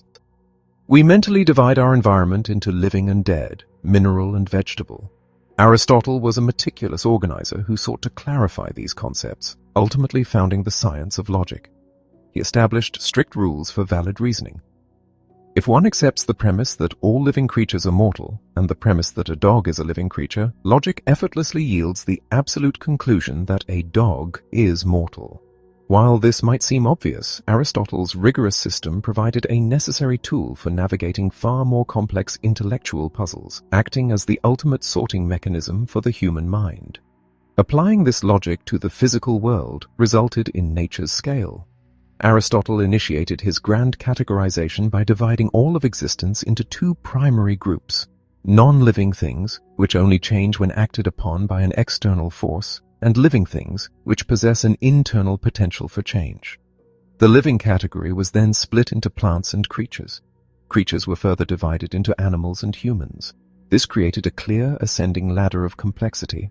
At the very top stood mankind, possessing the vegetative ability to grow, the animalistic ability to move and feel, but elevated by the unique divine spark of rational thought. Yet, Aristotle reasoned that the movements of the stars and the immense driving forces of nature required a catalyst. Therefore, at the absolute pinnacle of this scale, beyond even humanity, existed a first mover or God, an entity entirely at rest that served as the ultimate formal cause for all movement in the cosmos.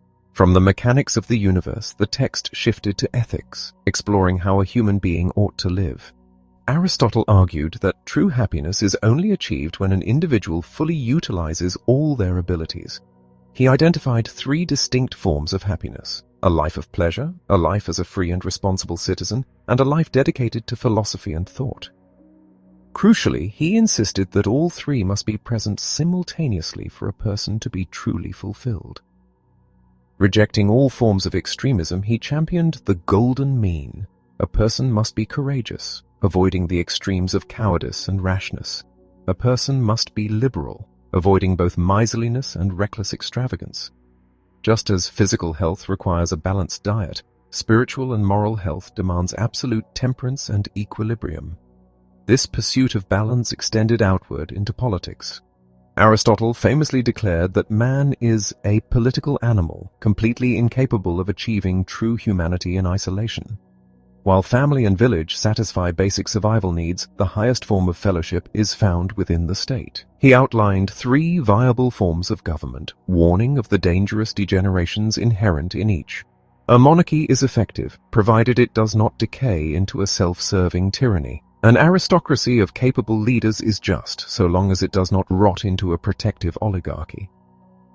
Finally, a democracy, or polity, is a valid constitution, but it carries the constant perilous threat of degenerating into chaotic mob rule.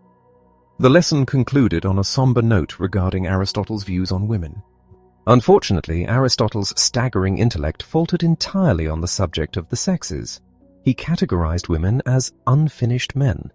In the process of reproduction, he argued, the woman merely provided the passive, receptive substance, like inert soil, while the man provided the active, creative form. He erroneously believed that a child inherited exclusively male characteristics fully formed within the male seed. This catastrophic misunderstanding demonstrated the tragic consequences of a society where men reigned supreme in science and philosophy. Because Aristotle's views, rather than Plato's more egalitarian theories, were fully embraced by the Church during the Middle Ages, this baseless prejudice profoundly restricted the lives of women for centuries to come. Sophie lowered the pages, letting Aristotle's immense, structured worldview wash over her. She looked around her bedroom. Books, clothes, and magazines were scattered in a chaotic, formless mess across the floor. Seized by an irresistible Aristotelian urge to organize, she began pulling everything from her closet. She sorted her possessions into strict categories: underwear on one shelf, heavy sweaters on another. She paused over a single white knee-high stocking. It wasn't hers. Recognizing it as another impossible intrusion from Hilda's world, she banished it to the highest shelf alongside the mysterious silk scarf and the Lego blocks. Once her room was perfectly categorized, her thoughts turned to her pets. Wandering into the kitchen, she sprinkled food for her goldfish, addressing them solemnly as living creatures capable of growth, strictly categorized as vertebrates with gills. She spoke to her budgerigars, acknowledging their specific form that prevented them from becoming squawking parrots.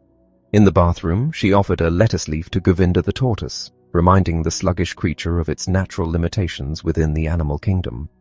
Finally, she tiptoed into her mother's bedroom. Gazing at her sleeping mother, Sophie recognized the pinnacle of nature's scale. She whispered that her mother was incredibly lucky to possess the rare divine capacity for rational thought, unlike the daffodils on the table or the cat prowling in the garden.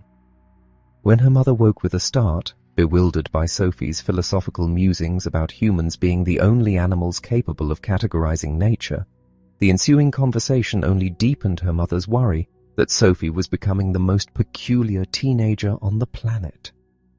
Retreating to her newly ordered room, Sophie carefully punched holes in the heavy stack of pages about Aristotle and secured them in her growing binder of philosophical history. She was building a comprehensive map of human thought, preparing her mind for whatever mysterious era Alberto Knox would introduce next. Chapter 12. Hellenism. After a brief hiatus in her secret correspondence, Sophie found a thick, dry brown envelope waiting for her among the gnarled roots of her garden den. She hurried up to her room, tore open the package, and immediately immersed herself in Alberto Knox's latest lesson. The philosopher announced that the era of preliminary riddles was over. Having laid the bedrock of European thought through the teachings of Socrates, Plato, and Aristotle, they were now ready to traverse the vast historical expanse stretching from the end of the 4th century before Christ right up to the early Middle Ages around the year 400. This monumental epoch was set into motion by the death of Aristotle in 322 BC, a time when Athens was rapidly losing its political dominance. The shifting tides of power were driven by the sweeping conquests of Alexander the Great, the young king of Macedonia who had once been Aristotle's own pupil. Alexander decisively crushed the Persian Empire and forged a massive domain that linked Egypt and the Orient, stretching all the way to India, with Greek civilization. This inaugurated a 300-year period of history characterized by a Greek-dominated international culture. Eventually, around the year 50 before Christ, the military machinery of Rome conquered these territories, ushering in the Roman period, or late antiquity. Yet, because Rome had long been steeped in Greek culture, the intellectual legacy of Greece continued to reign supreme long after its political autonomy had vanished. The most striking feature of this sprawling new empire was the erasure of old borders, which triggered a profound upheaval in religion, philosophy, and science. In previous centuries, the Greeks, Romans, Egyptians, and Persians had worshipped their own local deities within isolated national religions. Now, these diverse traditions were poured into a vast, simmering cauldron of cross-cultural beliefs. The intimate town square of Athens had been replaced by a chaotic world arena echoing with a multitude of languages and foreign ideas. This fusion of different creeds, known as syncretism, brought with it a pervasive sense of cultural dissolution and pessimism. People felt adrift, lamenting that the world had grown old and weary. In response to this spiritual anxiety, a wave of new religious formations swept across the Mediterranean, frequently promising salvation from death and the guarantee of eternal life. These faiths required adherence to secret teachings and specific rituals to secure the soul's immortality. Consequently, philosophy shifted its gaze. The central philosophical project was no longer a purely theoretical investigation of nature or society. It became an urgent quest to discover how humanity could achieve true happiness and find deliverance from the fear of death. The boundaries between religious salvation and philosophical serenity began to dissolve. Concurrently, the Hellenistic world saw science flourish, with the Egyptian city of Alexandria serving as the grand meeting point between East and West. Boasting an unparalleled library, Alexandria became the ancient world's epicenter for mathematics, astronomy, biology, and medicine. Within this anxious, searching civilization, 4 major philosophical trends emerged to answer the burning question of how to live a good life. The first of these were the Cynics. The movement was founded in Athens around 400 BC by Antisthenes, a pupil of Socrates who had been deeply struck by his master's frugal lifestyle. The core conviction of this school was that true happiness has absolutely nothing to do with external advantages like material wealth, political influence, or even physical health.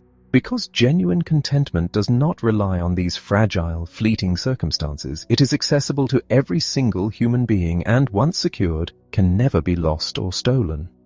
The most legendary figure of this movement was Diogenes, who famously lived in a wooden barrel and possessed nothing but a cloak, a stick, and a bag for bread.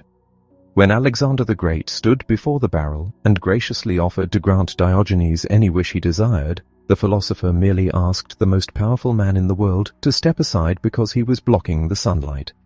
By needing nothing, Diogenes proved himself infinitely richer and happier than the conquering emperor. The original followers of this school believed that a person should cultivate absolute indifference to physical suffering, death, and the woes of others. Over the centuries, however, their name has drifted from its philosophical origins. Today, cynicism describes a sneering disbelief in human sincerity and a callous disregard for the feelings of others. The austere detachment of the barrel philosophers heavily influenced the next major school of thought, the Stoics. Founded in Athens around 300 BC by a shipwrecked philosopher named Zeno, this movement took its name from the portico, or stoa, where they gathered to debate. The Stoics adopted the ancient idea that a universal common sense, or logos, flows through all of existence. They viewed each individual human being as a miniature universe, a microcosmos reflecting the grand design of the macrocosmos. This led them to champion the concept of a natural law, a timeless, universal standard of right and wrong that applied equally to all people, from the highest emperor to the lowest slave. They fiercely rejected the idea that spirit and matter were separate, embracing a monistic view that all of existence was a single, unified nature. Because they believed in a universal human fellowship, they were highly cosmopolitan and actively engaged in politics and statecraft. Distinguished figures like the Roman orator Cicero and the emperor Marcus Aurelius were devout adherents. The Stoics taught that all events in the universe, including sickness and death, unfold according to unbreakable natural necessity. Therefore, it is entirely futile to complain when destiny knocks at the door.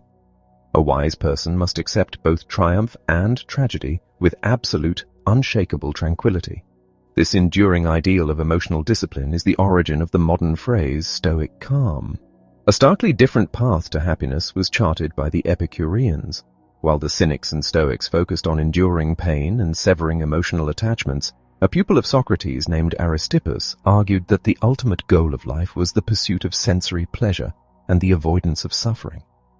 Around 300 BC, Epicurus expanded this pleasure ethic into a comprehensive philosophical system, blending it with Democritus's ancient theory of atoms. Epicurus established a community in Athens known as the Garden Philosophers, where the entrants famously welcomed strangers to a place where pleasure was considered the highest good. However, Epicurus was no reckless hedonist. He insisted on a rigorous pleasure calculation. The immediate joy of eating a massive quantity of chocolate, for example, had to be carefully weighed against the inevitable, lingering stomachache. Furthermore, short-term gratifications had to be evaluated against profound, long-term fulfillments. He recognized that true enjoyment required the classic Greek virtues of temperance, self-control, and serenity.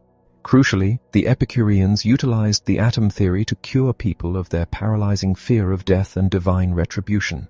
If the soul is merely a collection of physical atoms that disperses completely upon death, there is no afterlife to dread. As Epicurus elegantly reasoned, when we exist, death is not present, and when death arrives, we no longer exist. Unlike the politically active Stoics, Epicurus advised his followers to live in peaceful seclusion. It was only in later centuries that the philosophy degenerated into an obsessive pursuit of self-indulgence, giving the modern word Epicurean its negative association with gluttony and luxury. While these three schools offered practical ethical frameworks, the most remarkable philosophic trend of late antiquity was Neoplatonism. Inspired primarily by Plato's division between the eternal world of ideas and the fleeting sensory world, this movement was spearheaded by Plotinus, a philosopher from Alexandria who later settled in Rome. Plotinus envisioned the entire universe as a spectrum suspended between two absolute poles. At one supreme extreme blazed the divine light of God, or the One. At the absolute opposite extreme lay utter darkness. Yet, Plotinus argued that this darkness possessed no actual reality, it was simply the absence of light. Therefore, the only true existence was the divine light. Plotinus compared reality to a massive burning bonfire in the dead of night. The blazing center of the fire is God. The sparks flying outward represent the eternal forms and human souls. As the light radiates further outward, it gradually weakens, eventually failing to penetrate the cold void of matter. Yet, because the light of the One is the source of all reality, a faint divine glow illuminates everything in the natural world. A delicate bluebell, a scuttling beetle, and a quiet pond all contain a glimmer of this divine mystery. However, the light burns brightest and purest within the human soul. Plotinus taught that by turning our gaze inward, away from the shadows of the material world, we can bridge the gap and briefly reunite our personal spark with the roaring bonfire of God. This ecstatic, transient experience of merging completely with the divine source is the essence of mysticism. A mystical experience obliterates the gulf between the creator and the created. The mystic discovers that their everyday ego, the identity tied to a specific name and body, is merely a temporary illusion. By shedding this limited self, the soul drops into God exactly as a single drop of water vanishes into the boundless ocean. While this loss of self might sound terrifying to the uninitiated, mystics across all cultures insist that what is surrendered is infinitesimally small compared to the infinite universe that is gained. The path to this ultimate fusion usually demands a disciplined life of simplicity, deep meditation, and spiritual purification. Though mysticism blossoms in all major world religions, the interpretations differ based on cultural roots. In Western traditions like Judaism, Christianity, and Islam, the mystic typically describes a profound, intimate meeting with a personal, transcendent God. In Eastern traditions like Hinduism and Buddhism, the experience is often articulated as a total, seamless fusion with the cosmic spirit, a realization that the inner soul and the universe are one and the same. Even in the modern secular age, individuals report spontaneous flashes of cosmic consciousness, suddenly feeling themselves wrenched out of ordinary time and experiencing existence from the staggering perspective of eternity. As Sophie read these final, soaring pages, a profound physical sensation overtook her. She sat up on her bed, suddenly uncertain if she still possessed a solid body. The concepts of Neoplatonism and the mystics seemed to detach her from gravity. She felt as though she were floating out of her bedroom window, drifting high above the town, sweeping across the North Sea, and soaring over the vast, sun-drenched savannas of Africa. The entire globe felt like a single breathing organism, and that organism was Sophie herself. The terrifying, unfathomable universe was no longer a cold, distant void. It was her own innermost identity. The realization rushed through her like a drop of heavy dye dissolving instantly into a pitcher of clear water. When the breathtaking sensation finally ebbed, it left her feeling as though she were waking from a spectacular dream with a dull ache in her back. She gathered the scattered pages, punched holes in them, and secured them safely in her thick ring binder. Stepping out into the crisp morning air of the garden, she listened to the birds singing as if creation had just occurred that very minute. The vibrant green of the birches seemed so impossibly rich, it was as if the world's painter had not yet finished mixing the colors. She wondered if the mystics were right. If the soul within her was indeed a spark from the eternal fire, then she, Sophie Amundsen, was truly a divine creature, wandering through the majesty of the cosmos. Chapter 13. The Postcards. Several days drifted by in a heavy, unbroken silence, devoid of any further correspondence from the elusive philosophy teacher. The following day was Thursday, the 17th of May, Norway's National Day. The festive occasion meant that the school's doors would remain closed through Friday, offering a long, unstructured weekend. As they walked home from their final classes, Joanna abruptly broke the quiet of the afternoon, suggesting with sudden enthusiasm that they go on a camping trip. Sophie's initial reaction was a surge of reluctance. She felt an invisible tether binding her to her home and the green mailbox, terrified of missing the next brown envelope. Yet the prospect of venturing into the woods sparked a sudden daring thought. With a casual shrug, she agreed to the expedition. A few hours later, Joanna arrived at Sophie's front step, burdened beneath a massive backpack. Sophie was equally laden, having gathered the canvas tent, heavy bedrolls, thick woolen sweaters, ground sheets, flashlights, and a generous supply of sandwiches and thermoses. Before they could make their escape, Sophie's mother intercepted them, delivering a stern sermon regarding wilderness safety and demanding a precise itinerary. To satisfy her mother's anxiety, Sophie announced they were bound for Grouse Top, a high wooded ridge where they might be fortunate enough to hear the distinctive mating calls of the grouse at the break of dawn. In truth, Sophie harbored a profound ulterior motive for selecting that specific location. She knew, with a quiet certainty, that Grouse Top lay in close proximity to the Major's secluded cabin. An inexplicable magnetic force was drawing her back to the little red house beside the water, but the terrifying memory of the winking mirror dictated that she absolutely could not return there alone. The two friends navigated the familiar trail leading away from Clover Close, their conversation drifting effortlessly over the mundane trivialities of school and friends. For Sophie, this light-hearted chatter offered a brief, welcome refuge from the staggering philosophical weights she had been carrying for weeks. By 8 o'clock in the evening, the sun dipping low and painting the sky in bruised hues of purple and orange, they reached a clearing near Grouse Top and pitched their tent.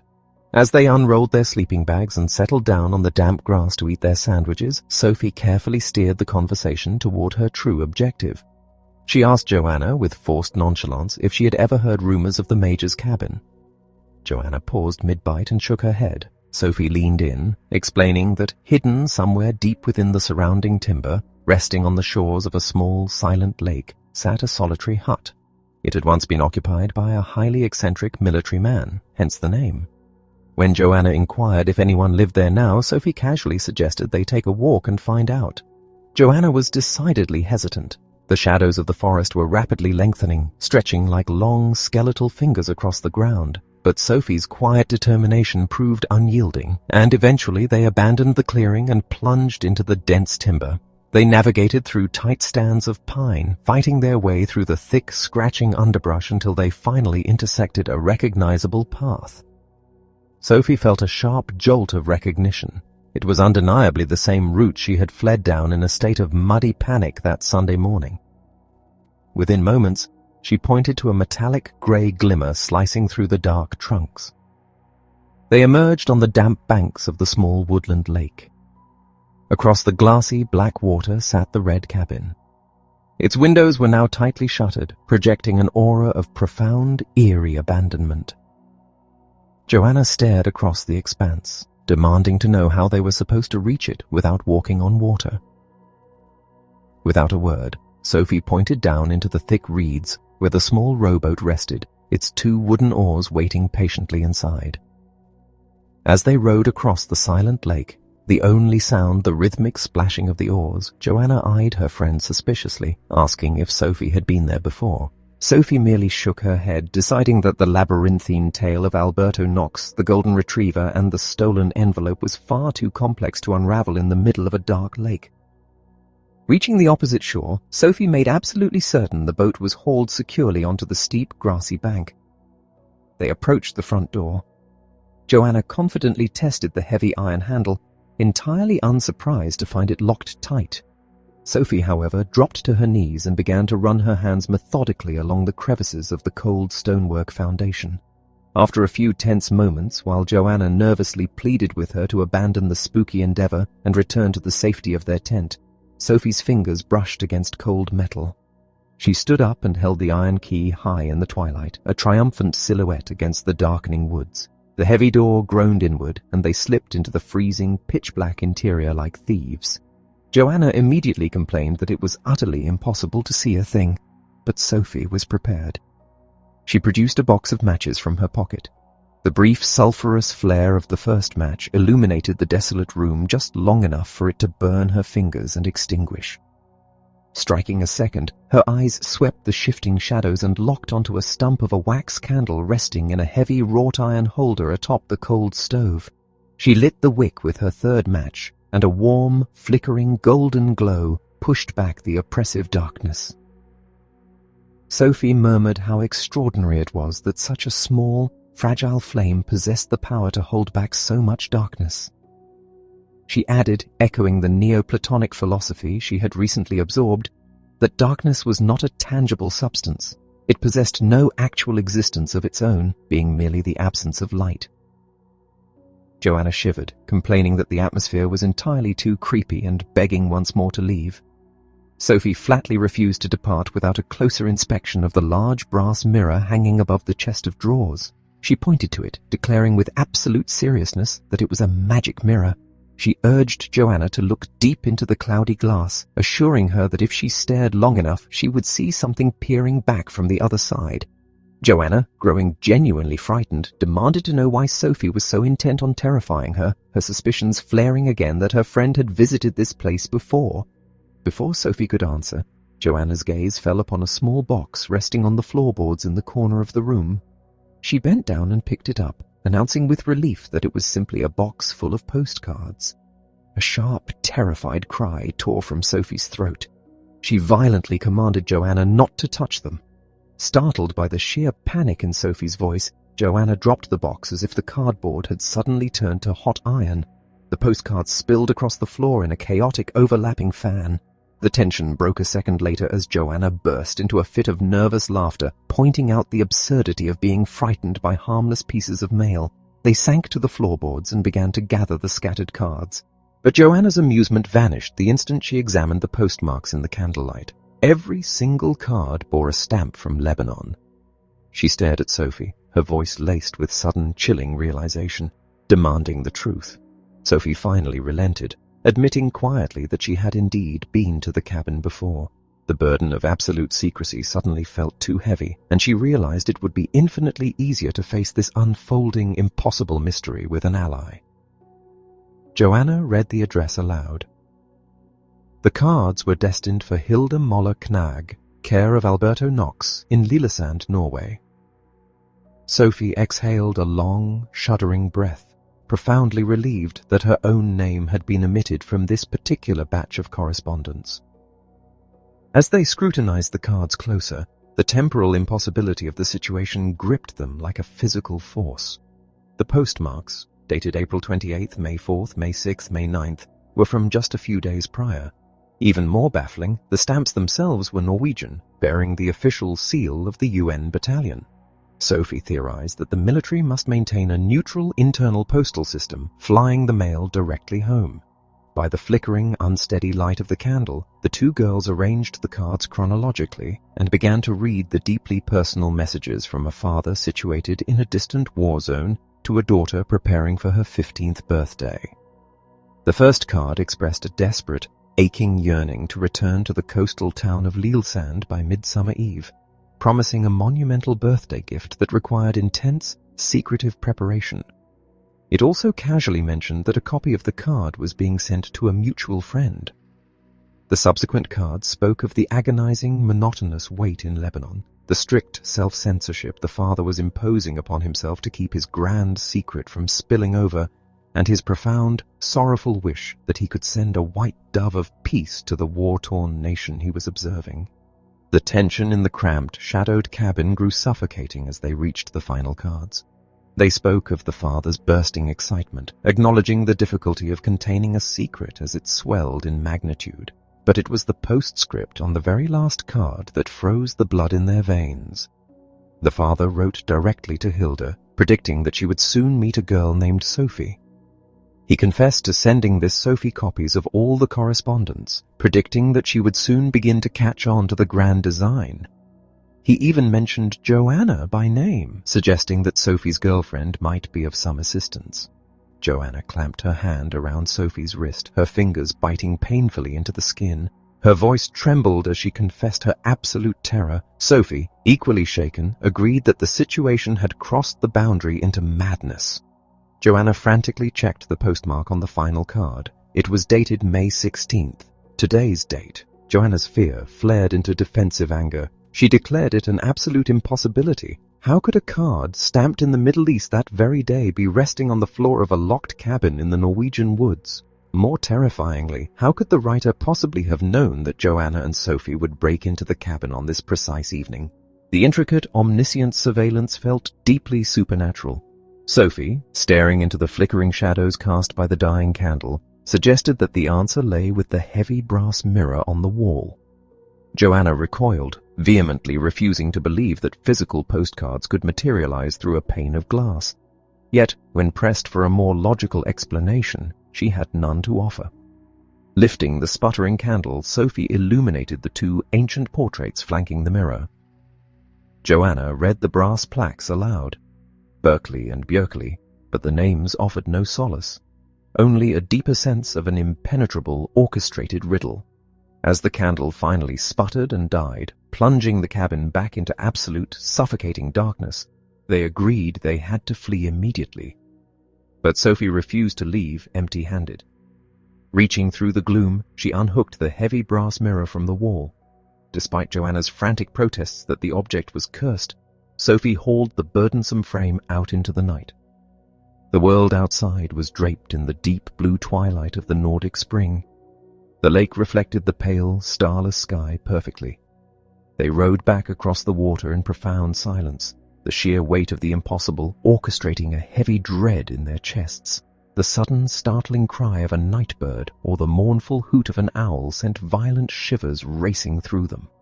Reaching the tent, they crawled into their sleeping bags, exhausted but wired with residual adrenaline.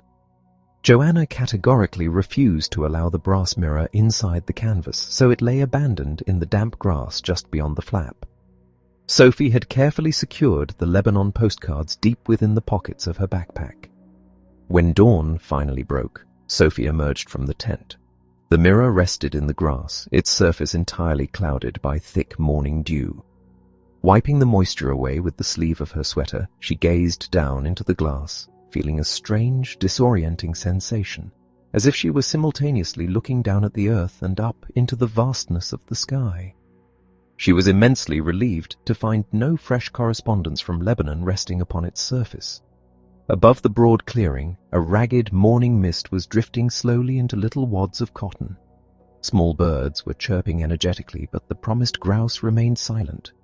They ate breakfast in the damp chill, their conversation inevitably revolving around the cabin, the impossible timeline of the postmarks, and the omniscient, terrifying Major. Packing up the campsite, they began the long trek back to town. Sophie stubbornly carried the heavy mirror under her arm, pausing frequently to rest, as Joanna steadfastly refused to touch the object.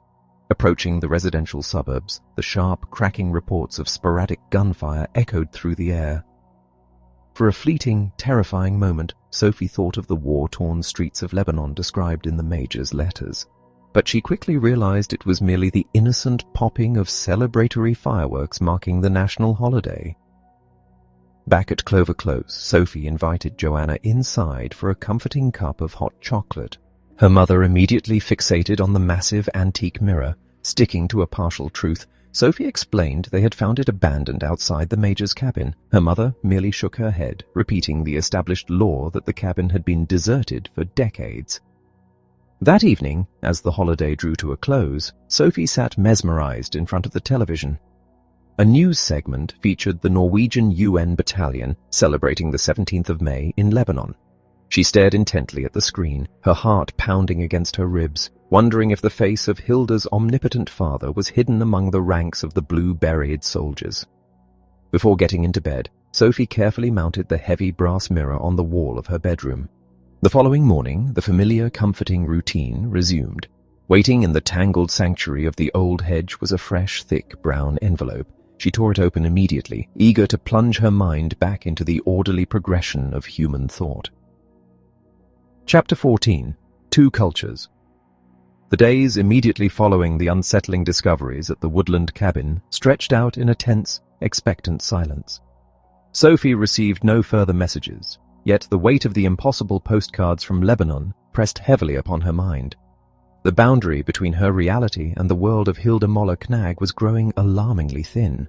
When a fresh brown envelope finally materialized in her secret garden den, she tore it open with a mixture of relief and trepidation, eager to anchor her swirling thoughts in the steady progression of human history. The philosopher's letter bypassed any mention of the recent frights, plunging straight into the monumental cultural shift that followed the Hellenistic era. Having explored the legacy of the great Greek thinkers, the course now arrived at the dawn of the Christian Middle Ages. This transition, the letter explained, was not merely a shift in time, but a profound collision between two vastly different worldviews. To truly comprehend the bedrock of European civilization, Sophie had to understand its dual ancestry, the Indo-European tradition of the Greeks and Romans, and the Semitic roots of the Jewish people from whom Jesus of Nazareth emerged. The narrative first directed her attention to the Indo-Europeans. This broad linguistic and cultural family encompassed the ancient tribes that, millennia ago, radiated outward from the regions bordering the Black and Caspian Seas.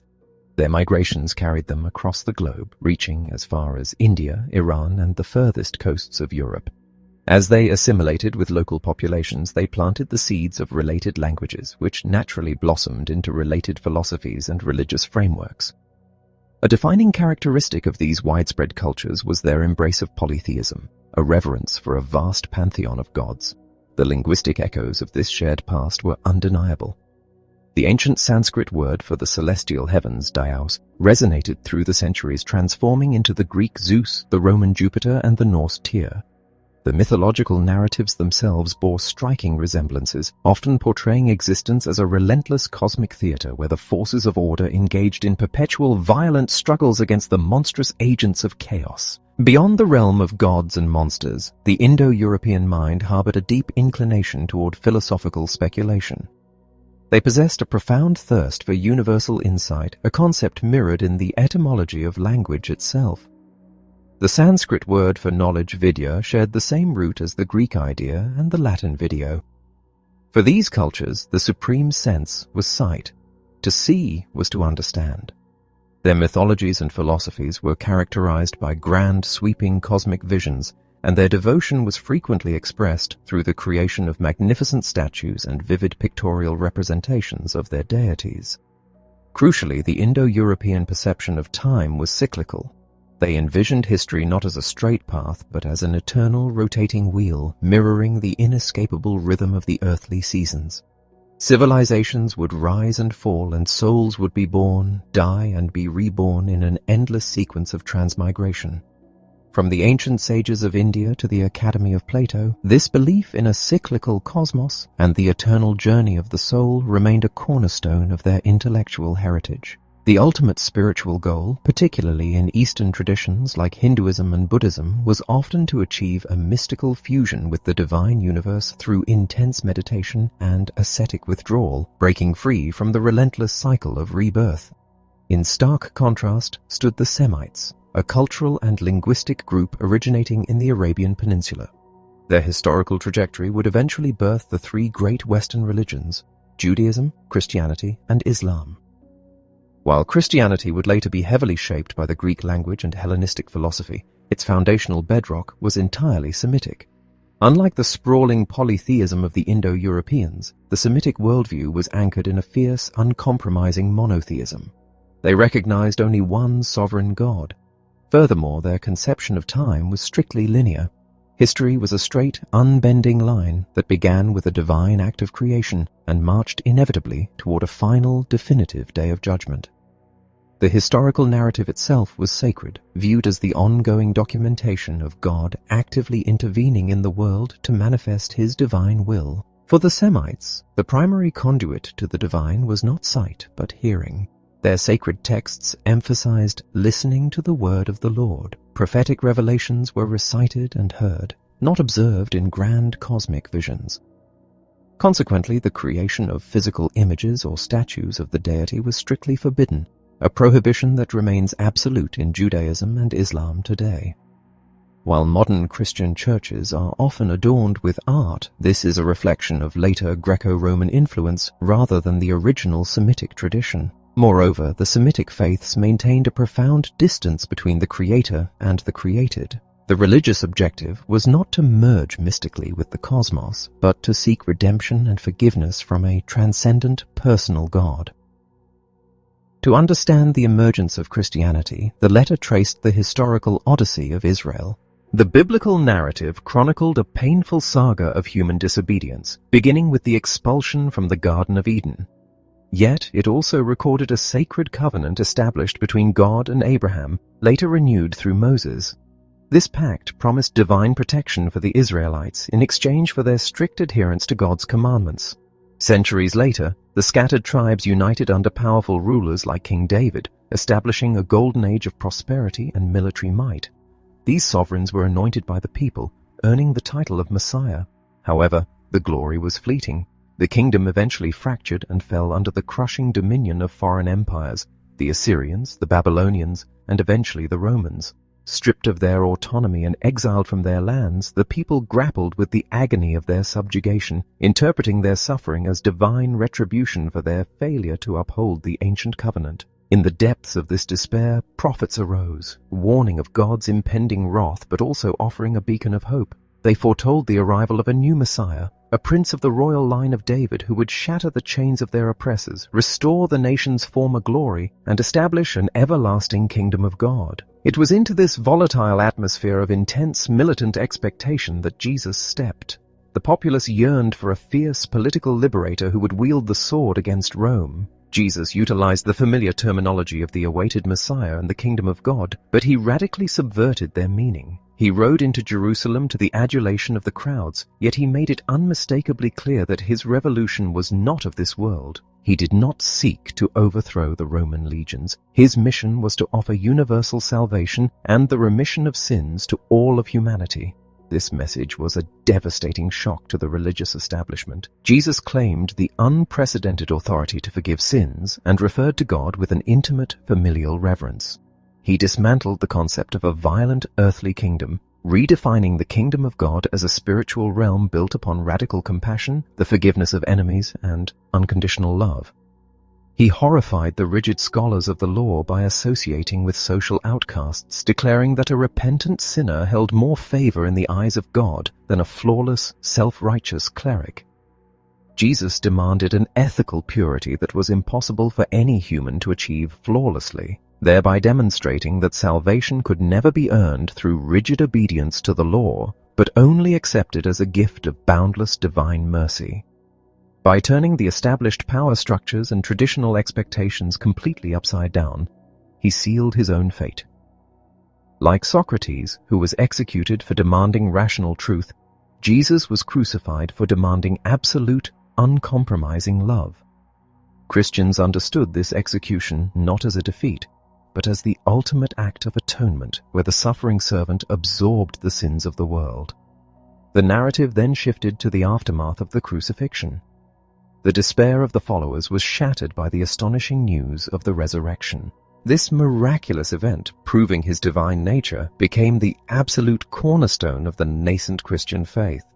It offered the promise of eternal life, not as an innate property of an immortal soul, which was a Greek concept, but as a miraculous gift from God. The transformation of this small Jewish sect into a global religion was largely driven by Paul of Tarsus. A former persecutor of the early believers, Paul experienced a profound conversion and dedicated his life to spreading the gospel across the Greco-Roman world. He argued fiercely that the message of salvation was universal, freeing new converts from the strict dietary and cultural laws of traditional Judaism. The Old Covenant had been superseded by the New. The cultural collision reached a symbolic zenith when Paul arrived in Athens. Standing before the intellectual elite at the Areopagus, he addressed the epicenters of Stoic and Epicurean philosophy. He acknowledged their innate human search for the divine, referencing their own altar dedicated to the unknown God. However, he shattered their philosophical abstractions by declaring that God had physically entered human history, suffered, died, and risen from the dead. While some mocked this incomprehensible concept, others listened, and the seeds of Christianity were sown in the very heart of Greek rationalism. Within a few centuries, the entire Hellenistic landscape would be transformed. As the new faith expanded, encountering a chaotic marketplace of competing Hellenistic religions and mystery cults, the necessity for a unified, unambiguous doctrine became critical. The early church had to forge a clear identity to prevent internal fragmentation and to separate itself from external heresies. Thus, the foundational creeds were established. The most vital and challenging dogma they asserted was that Jesus was not a mere mortal, nor was he a mythological demigod. The creed demanded the belief that he was simultaneously perfect man and perfect God, an agonizing paradox designed to capture the mystery of the divine fully entering the physical world. The letter concluded by urging Sophie to grasp the immense magnitude of this historical juncture. The convergence of the Greco-Roman intellect and the Judeo-Christian revelation forged the foundation of the Middle Ages, an epoch that would stretch across the next 1,000 years. The philosopher reminded her that an individual entirely ignorant of the 3,000 years of history that preceded them is doomed to live in a dark, isolated vacuum. True humanity required roots.